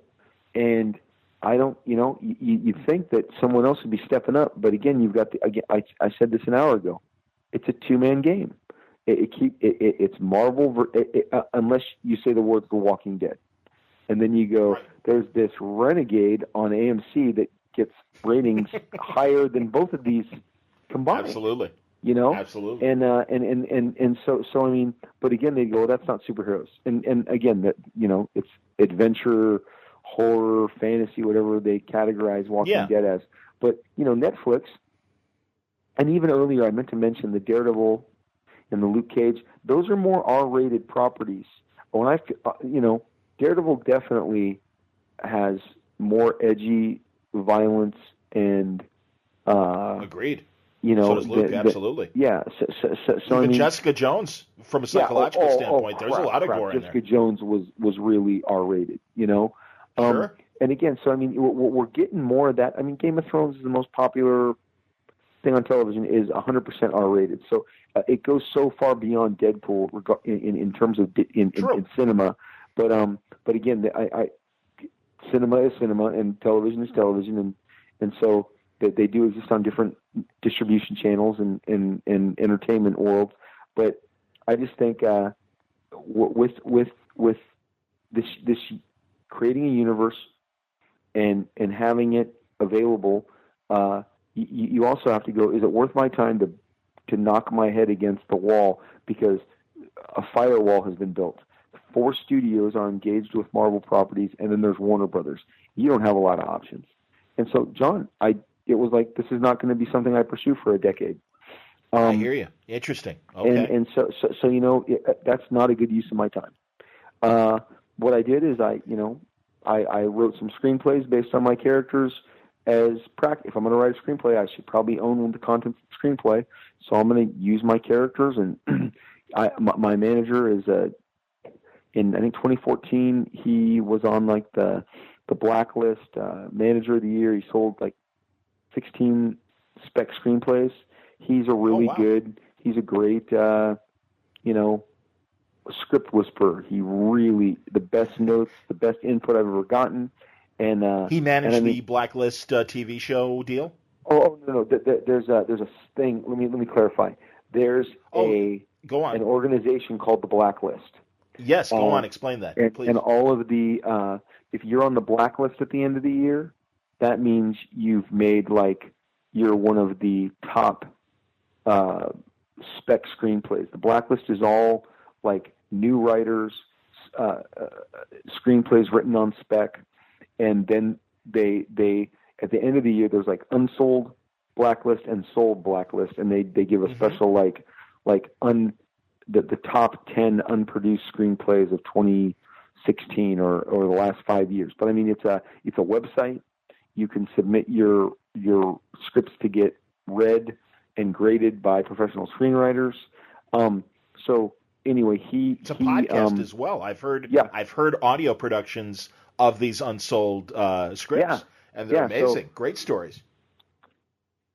It's a real. I mean, I don't even know if they're 10 years old yet. I mean, it's a great outlet. And again, they run a lot of contests that say, we'll land your script here at this organization. We'll land your script here at this organization.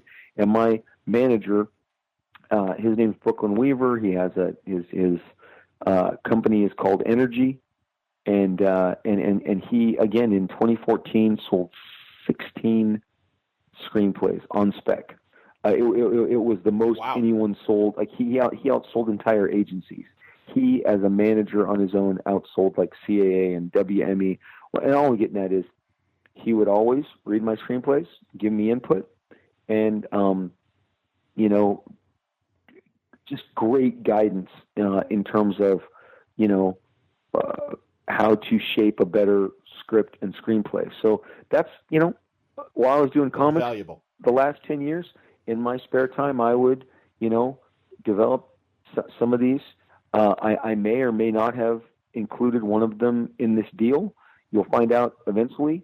But I mean, I got I was submitting screenplays under a false identity because I didn't want to get rated with any bias as Rob Liefeld.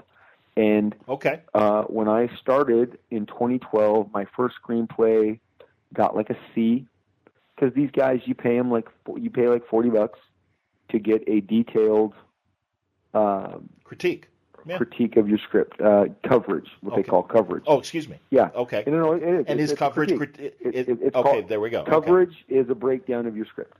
And so I submitted for 2 or 3 coverages at a time. I wanted to get different opinions. And again, I was getting C's and B minuses. And by 2015, my screenplays, based under a pseudonym, were getting A's, and said, this is a great popcorn film. This is what audiences look for. I mean, again, it's fascinating, but it just showed me, among other things, that I was on the right track. And I hear you. Again, I've been kind of developing that muscle, but in with the idea that when it comes to developing this and having this as a universe, I can contribute as a screenwriter, as someone who writes a script for a television show or a film. So I mean, sure. So that's what you do with your downtime when you don't feel like knocking on doors and sending out packets. Because I'll tell you, it is rejection. It's not just actors. I had a great run in the 90s. I could walk into a room. It was different in film. They would give you 20 minutes to pitch your property. By the mid-2000s, you had 5 minutes. Things were much more, they want them much more prepackaged than ever. And now, I mean, I have 2 great, give you an example. I have 2 great animated properties that I really believe are commercially viable. And I showed them to my agent and my manager, and they said, you know what, Rob? These are really cool. These are great names, great. But increasingly, the animation houses only develop within their own shops, and they don't buy outside material. And if you investigate it, it's true. Pixar doesn't option anything. It's developed within Pixar. And in-house, yeah. Yeah, the guys who do Despicable Me. Because, hey, man, I love kids stuff. I love cartoons. I love, family-friendly stuff. And yet, you learn immediately, okay, so this is the exact way you felt 10 years ago about your options in film with comic book superheroes. Now you're being told that go all the way back to the beginning of the board game, and start over, because in the animation world, you have less options. And there's another firewall. Yeah, exactly. So, I mean, it's all about timing and manufacturing. But again, John, I mean, if we don't have the stories to tell, you had to have, when crafting the extreme cinematic universe, I'm having as much fun, especially reliving a lot of it, because the stuff that we did 25 years ago is just as valid. I mean, I would say something like Youngblood. Something like Youngblood is more applicable now than ever with social media. And has there been has there been a film or television that really exploits what would in 2017 a superhero or superpowered agents, how would they be treated? How would it be reflected? Really dig into, would they have to tweet? Would they have Instagram accounts? Sure. Would they have sponsored media? I mean, that was just scratching the itch. So, I mean, I hear you. Youngblood. I hear you. So it's just a great, to know that there's still windows of opportunity for stuff that we've created as artists. That that they're especially given the run Marvel has done. And you go, man, there's still real estate. There's still real estate to occupy. Absolutely. So, yes. So it's, John, it's just, again, I will get up, I will draw a page tomorrow. I will love drawing that page because I love comic books, and getting comic book pages inked and lettered and colored still gives me the biggest boner. I love it. It is, when I scan a page and send it to a colorist and I anticipate I'm going to get that page colored back in 24 hours, I mean, that is on par with my favorite film experience. I just cannot tell you how much I still love drawing comics. I'm not as affluent, not as I was in my output, but still, I love that I'm doing it. I'm 50 in a few months, so I'm totally digging it. But it is nice to know that there's other avenues. I don't even see them as income streams. I see him as, at some point you just go, it's fun to see your art expressed like this. And getting back to I was spoiled. I created X-Force. I had X-Force toys within a year. I held them in my hands 3D, for the time, really good sculpts, really nicely sculpted, articulate figures. And you sit there and you go, these are my drawings. They're in 3D now. They're on my desk. I can look at them. My art has become 3D plastic. That's very exciting to me. Absolutely. And so again, I think it's just how you just keep going, well, how would this look? Okay, so I've got Deadpool here on my desk. How would he look like in a video game? Oh, okay, I have like 7 examples of that as different Deadpool running through different video games. Now, how would he look like skipping along, on the freeway and jumping into a car and breaking everybody's skull? Oh, now I see that. It is really about, just different forms of artistic expression and seeing how can what I put on the page move through different media. But it's never been like, I don't think if there's never a Youngblood film, Youngblood wasn't a failure. Of course. It was a great, fun comic book. So, I mean, because I know we have given an inordinate, this is like John and Rob talk media more than hardcore. That's kind of what I was comics. hoping for, Rob. I'll be honest with you, but go on. No, I look, I love it. I mean, I like I said, it's a lot of fun. My world is mostly comics and movies. That's what I entertain myself with. I have 4 stores I frequent regularly in Orange County, and that's Tustin Tunes and Toys, Fat Collectibles, Pop Comics, and Big Red Comics. and they'll all tell you we see Rob once a week. He is. I buy different things at different stores. I buy my current comics at 2 stores. I buy my kind of more collectibles and statues at another store, and then I buy almost all my Bronze Age trades, hardcovers at another store because they have a better inventory. And I have spent an inordinate amount of money buying my childhood back because somewhere Marvel got the memo, and so did DC, that they should republish in great formats all the 70s and 80s stuff. Yeah. And we are in the golden age of collected editions right now. I mean, and it is the best and most stuff. When I can go, you have 2 volumes of the original Howard the Duck? Yeah, I'll take those. Wait, you did an entire volume of Marvel's Frankenstein as a Marvel Epic Edition? Here's my $50. I mean, I'm like Master of Kung Fu. Absolutely, man. Right here, right to my left. The Deadly Hands of Kung Fu, the black and white magazines. They made. I have a phone book of my childhood. White Tiger, the Sons of Tiger. I mean, the John. Sons of the the Sons of the Dragon, absolutely, or the Sons of Tiger. Yes, that was awesome. I mean, love that stuff. This Marvel 70s martial arts shit is the best. It is like that is my 8-year-old self, 9-year-old self. Yeah, I was 10, man. I'm only 2 years ahead of you. I know exactly what you mean. So, John, I mean, we are, but between collecting those and then this new curse on my house called 4K technology, and that's a funny.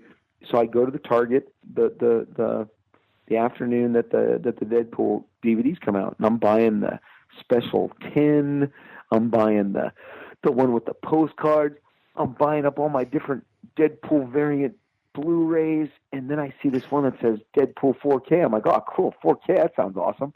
I get home, I put it in my now your listeners get to go, Liefeld is truly a dumb shit. I get home, I pop out my 4K DVD, my Blu-ray, I put it in my standard Blu-ray player, and it doesn't play. And so I eject it. I go, okay, I'm going to clean it. I'm going to put it back in. And finally it says, not compatible, dumbass, not compatible, dumbass. And I go, oops, okay, so I guess you need a 4K technology. I Google, need a 4K player. And you know what else you need, John? You need a 4K TV. So I go, oh man, I gotta reboot everything. Well, I'm dying to know what this 4K technology looks like. So John, I go to Best Buy. I spend an hour I lucked into the best salesman ever. I mean, he knew everything about every brand, and this brand focuses on sharp picture. They focus on color. This brand is generic. They don't do anything well. They just do everything sort of medium, and that's why their price is. I'm getting this great sales job. And I go, okay, I finally figure this is the 4K TV I want. Can it fit in my car? It can. Let's get it in there. I need a 4K DVD player. Okay. I need extra power. I need extra cords to pump in the higher octane picture. And I go home and I pop Deadpool in, and I'm like, oh crap. This looks better than it did in the theater. The depth of field is crazy. So yeah, now every Tuesday I'm like, okay, what do you got in 4K? And the studios are pumping out 4K.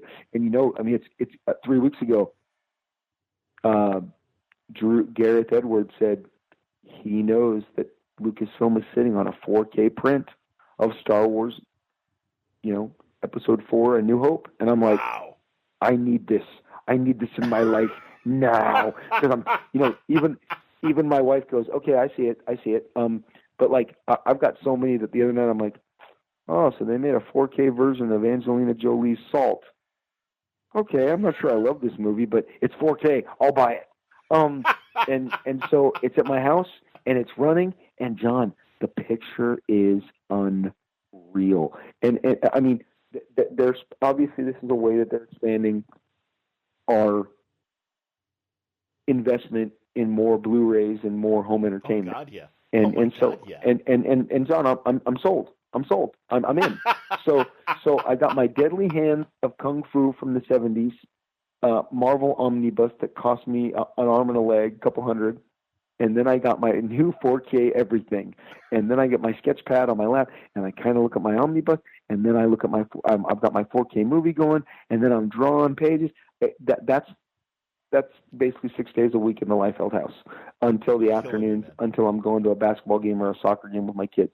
But so like I said, that and you know what, being able to roll the dice and build a cinematic universe with two giant powerhouse producers and a Chinese financing component was literally like winning the lottery. So it's very exciting.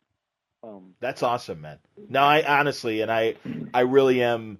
I appreciate you letting us behind the scenes and giving us more of a sharper look at what's happening behind the scenes, because truly that's why I wanted to talk and have been wanting to talk with all of you that are experiencing these TV and movie deals, because I really do think this is a new frontier. You guys are experiencing it firsthand, and I appreciate you letting us know what it's like, because again, game changer is the words that ring in my head ever since I heard you tell that Stan story last year. So, yeah, well, and again, it turned out to be true, like you said, right? And that's the thing, and we are entering a new phase. Both Marvel and DC are learning from their successes and failures, and I think again, there's room for the Hasbro people to come in with their franchises and really make a cohesive universe. There is room for your creations again, because they are distinct. And you've even explained a lot of the ways that they are distinct and everything. And yeah, there's nothing but opportunity. And again, it's the Western model is what made me think of it in terms of, yeah, I mean, there are great 1930s Westerns. There are amazing 50s and 70s Westerns and 60s Westerns. And even now, it still isn't dead. I mean, it had that kind of dead period. We both experienced it where Silverado really kind of brought it back to a degree.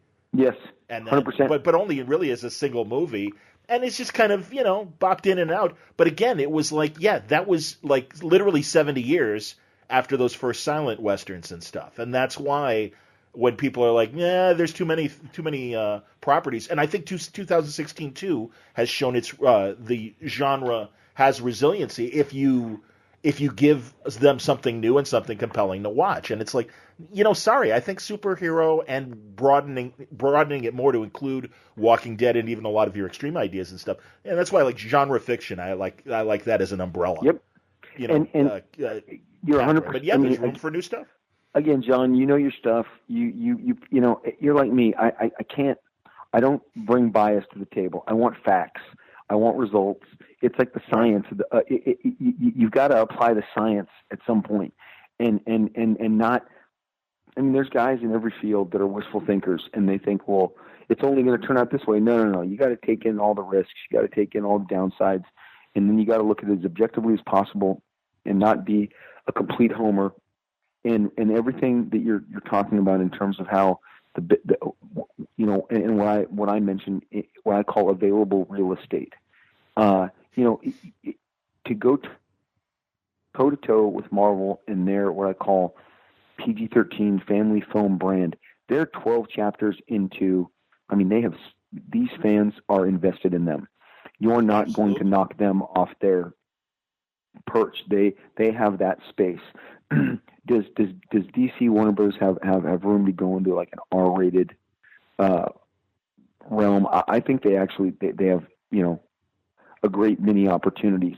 But what and again, with all your breakdowns of the Western and if you start from Superman the movie, yes.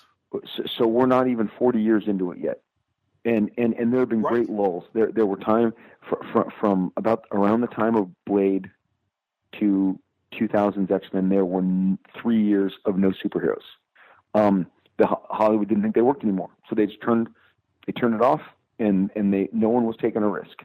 And then X-Men came out and was profitable, and they're like, and people saw it and people liked it, and it and Bryan Singer is 100% right. He does not get enough credit for the modern superhero. X-Men, that movie was made for like $78 million in 2000. Right. It was budgeted to a fault, so that Fox. The one thing I've looked, each studio has a different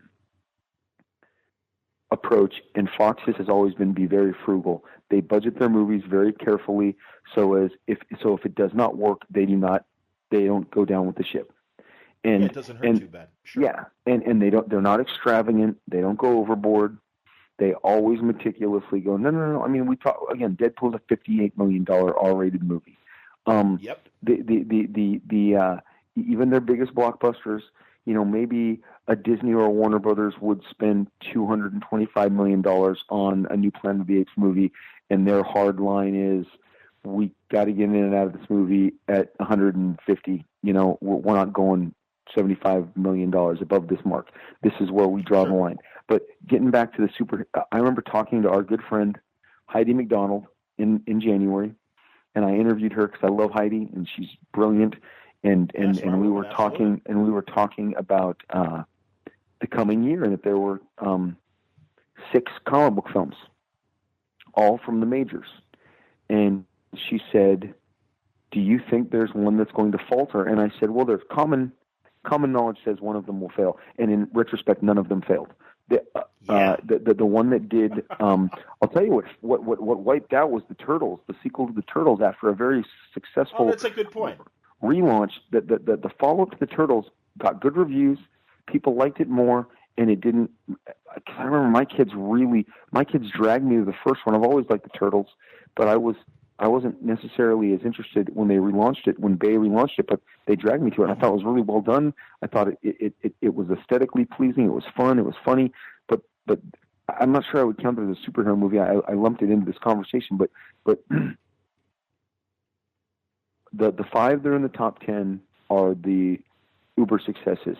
But I was looking the other day at X-Men Apocalypse, a movie that is somewhat derided and not seen as successful, but you go, it made $500 million. It did not. Wow. It didn't flop. Right. It just wasn't taken to the new heights that these other films were. And given the back and forth what we're saying, there's real estate still. Sure. And I've read articles this year. We did prior to 2016. Remember, you mentioned it. It was are we in the overkill, or is there a superhero backlash? Well, now we have hard evidence and science that no, we are not. 6 of these films were in the top 20. 10 of them, 6 of these films were in the top 20. 5 of them were in the top 10. Audiences are showing up. This year looks to be even better. Guardians is going to do phenomenally. Wonder Woman, I think, is going to do phenomenally. The new Spider-Man, not a Spider-Man fan myself, of the character in any form. I'm not a non-Spider-Man fan. He just never is a guy that, I'm more of a Wolverine guy. If I may, real fast, because people always pointed to, obviously, Deadpool's look. Yeah. Yes, I think I took him from. Okay, so what did I do with it? I took Spider-Man's look, and I gave him a gun, and I gave him a sword. That's who I am. Webs and swinging, boars. I want to kick down your door. I want to stab you. I want to shoot you, John. I don't want to spray you with webs. But Spider-Man has Spider-Man's design may be the best in comics ever. I mean, best designed costume. I mean, Did you like that? Yes. Go ahead. No, you finish, and then I'll. No. I want to answer your question. Well, I was going to say, did Hiddleston's portrayal, did fantastic. You like the way? Yes. Yeah, I mean, God, that was such a. I mean, really, especially that introductory scene is really one of the best parts of Civil War. Yeah, it really is. And it's all I've been humor and all natural. I've been very open on social media at all times. Yes, you are. am not a Spider-Man. I'm not a Spider-Man fan. The only times I've really loved him is when Ditko draws him, and then when Todd and Eric Larson drew him. Sure. I think he has a great rogues gallery, but especially in film, I really like Spider-Man. 1, the first 2 acts, and then Spider-Man 2, like everybody else. But I mean, again, I'll tell you, we're going to make Spider-Man: Homecoming is the 6th Spider-Man film. I mean, you're getting up there with Spider-Man films. So John, I'll see it. I'll see it opening weekend. But Spider-Man's not he's not I'm a Wolverine guy. I was always more of an X-Men guy. Cool. Even going back to when Todd was trying to recruit me to do Spider-Man instead of the X-Men. He's like, "Oh, you're an X-Men guy." Oh, I thought you could be a Spidey guy, and I'm not a Spidey guy. So there you go. By the way, dude, honestly, you and I need to be on the stage and just doing our comic book imitations and stuff. Because I can do Dan DiDio for you. Listen, I want you to take over Hawk and Dove. I think it's going to be a great thing. You know. Yeah, that's him. That's good. That was a good Dan. No, I had to work in. It took me 2 hours, but I worked in a Todd McFarlane impersonation. You've done it before on the show. I gave you a glimpse. But yeah, so anyway, you got all these movies coming out, and they're all going to do very well. And it's just going to reinforce that what we said, superheroes are the new Westerns. And, you know, we can do another conversation about how the great directors of our time constantly piss on these films. You got Ridley Scott, you got Steven Spielberg, you know, everyone's always taking a Coppola. shot. And Coppola, they're carnival rides. I don't want to make carnival rides. Isn't it interesting? Yes. No, that's all right. And I will let you go if you want to wrap up. That's fine. Cause dude, you've been awesome. And of course you're awesome. You're Rob Liefeld. You know, seriously, I really do always appreciate these kinds of conversations. I love talking to you. I'm so glad that we could, you know, catch up again. And let's look. Now that all my stuff's out in the open, I can talk about all of it. Let's schedule a follow up as soon as we can. That would be wonderful, dude. I really do appreciate it. Thank you. All right, John. Thanks again. There he is, Rob Liefeld. I really appreciated him coming on and agreeing to the level of conversation that we reached.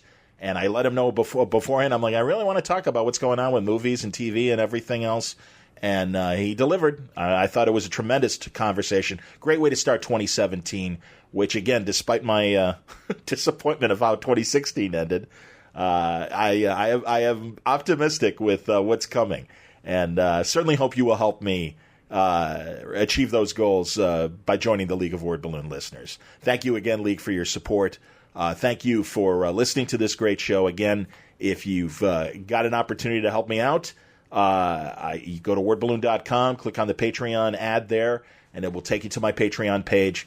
And if you can help support the cause and make Word Balloon financially feasible for me to kind of do it full time, I would love to do more than 6 episodes a month. I would love to give you like the 10 episodes I gave you last month, and continue to really be a big presence from an audio standpoint as far as the coverage of comics and movies and TV. And, I believe me, I'm going to do what I can on the advertising end as well. But if you can help out and add your subscription to the list of the Patreon people, that would be great. So thank you in advance for your support and considering this moving forward. Questions or comments about the show, or even what I'm talking about right now, reach me via email, john@wordballoon.com. Follow me on Twitter @JohnWordBalloon, on Facebook under my name, John Suntress, and the Word Balloon Network. Of course, we got the All Yeah podcast, of course, with Art and Franco as well. And don't worry, because the next episode is going to be amazing. Brian Michael Bendis joins us for a lengthy conversation that actually I recorded last March, but so many of the things we talk about are along the same lines of the things Rob and I talked about, because it's interesting concern about the Superman Batman movie, Batman v Superman, because it came out a couple weeks before the movie actually opened.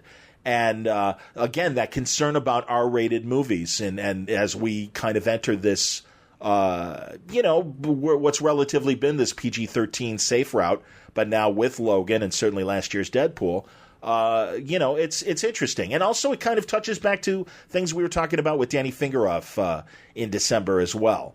It's just been on my mind because nothing's stopping, as Rob and I said. I mean, the evolutions in what's happening in genre fiction. There was concern about oversaturation a couple of years ago. Well, clearly what happened last year, both on TV and film, shows that there's nothing to worry about. I think we're here to stay. It's a matter of continuing to make interesting product, and I think people will come. So anyway, we'll continue that conversation in the next episode with Brian Michael Bendis, and I hope you join us then. Until next time, Word Balloon is a copyright feature of Shaky Productions, copyright 2017.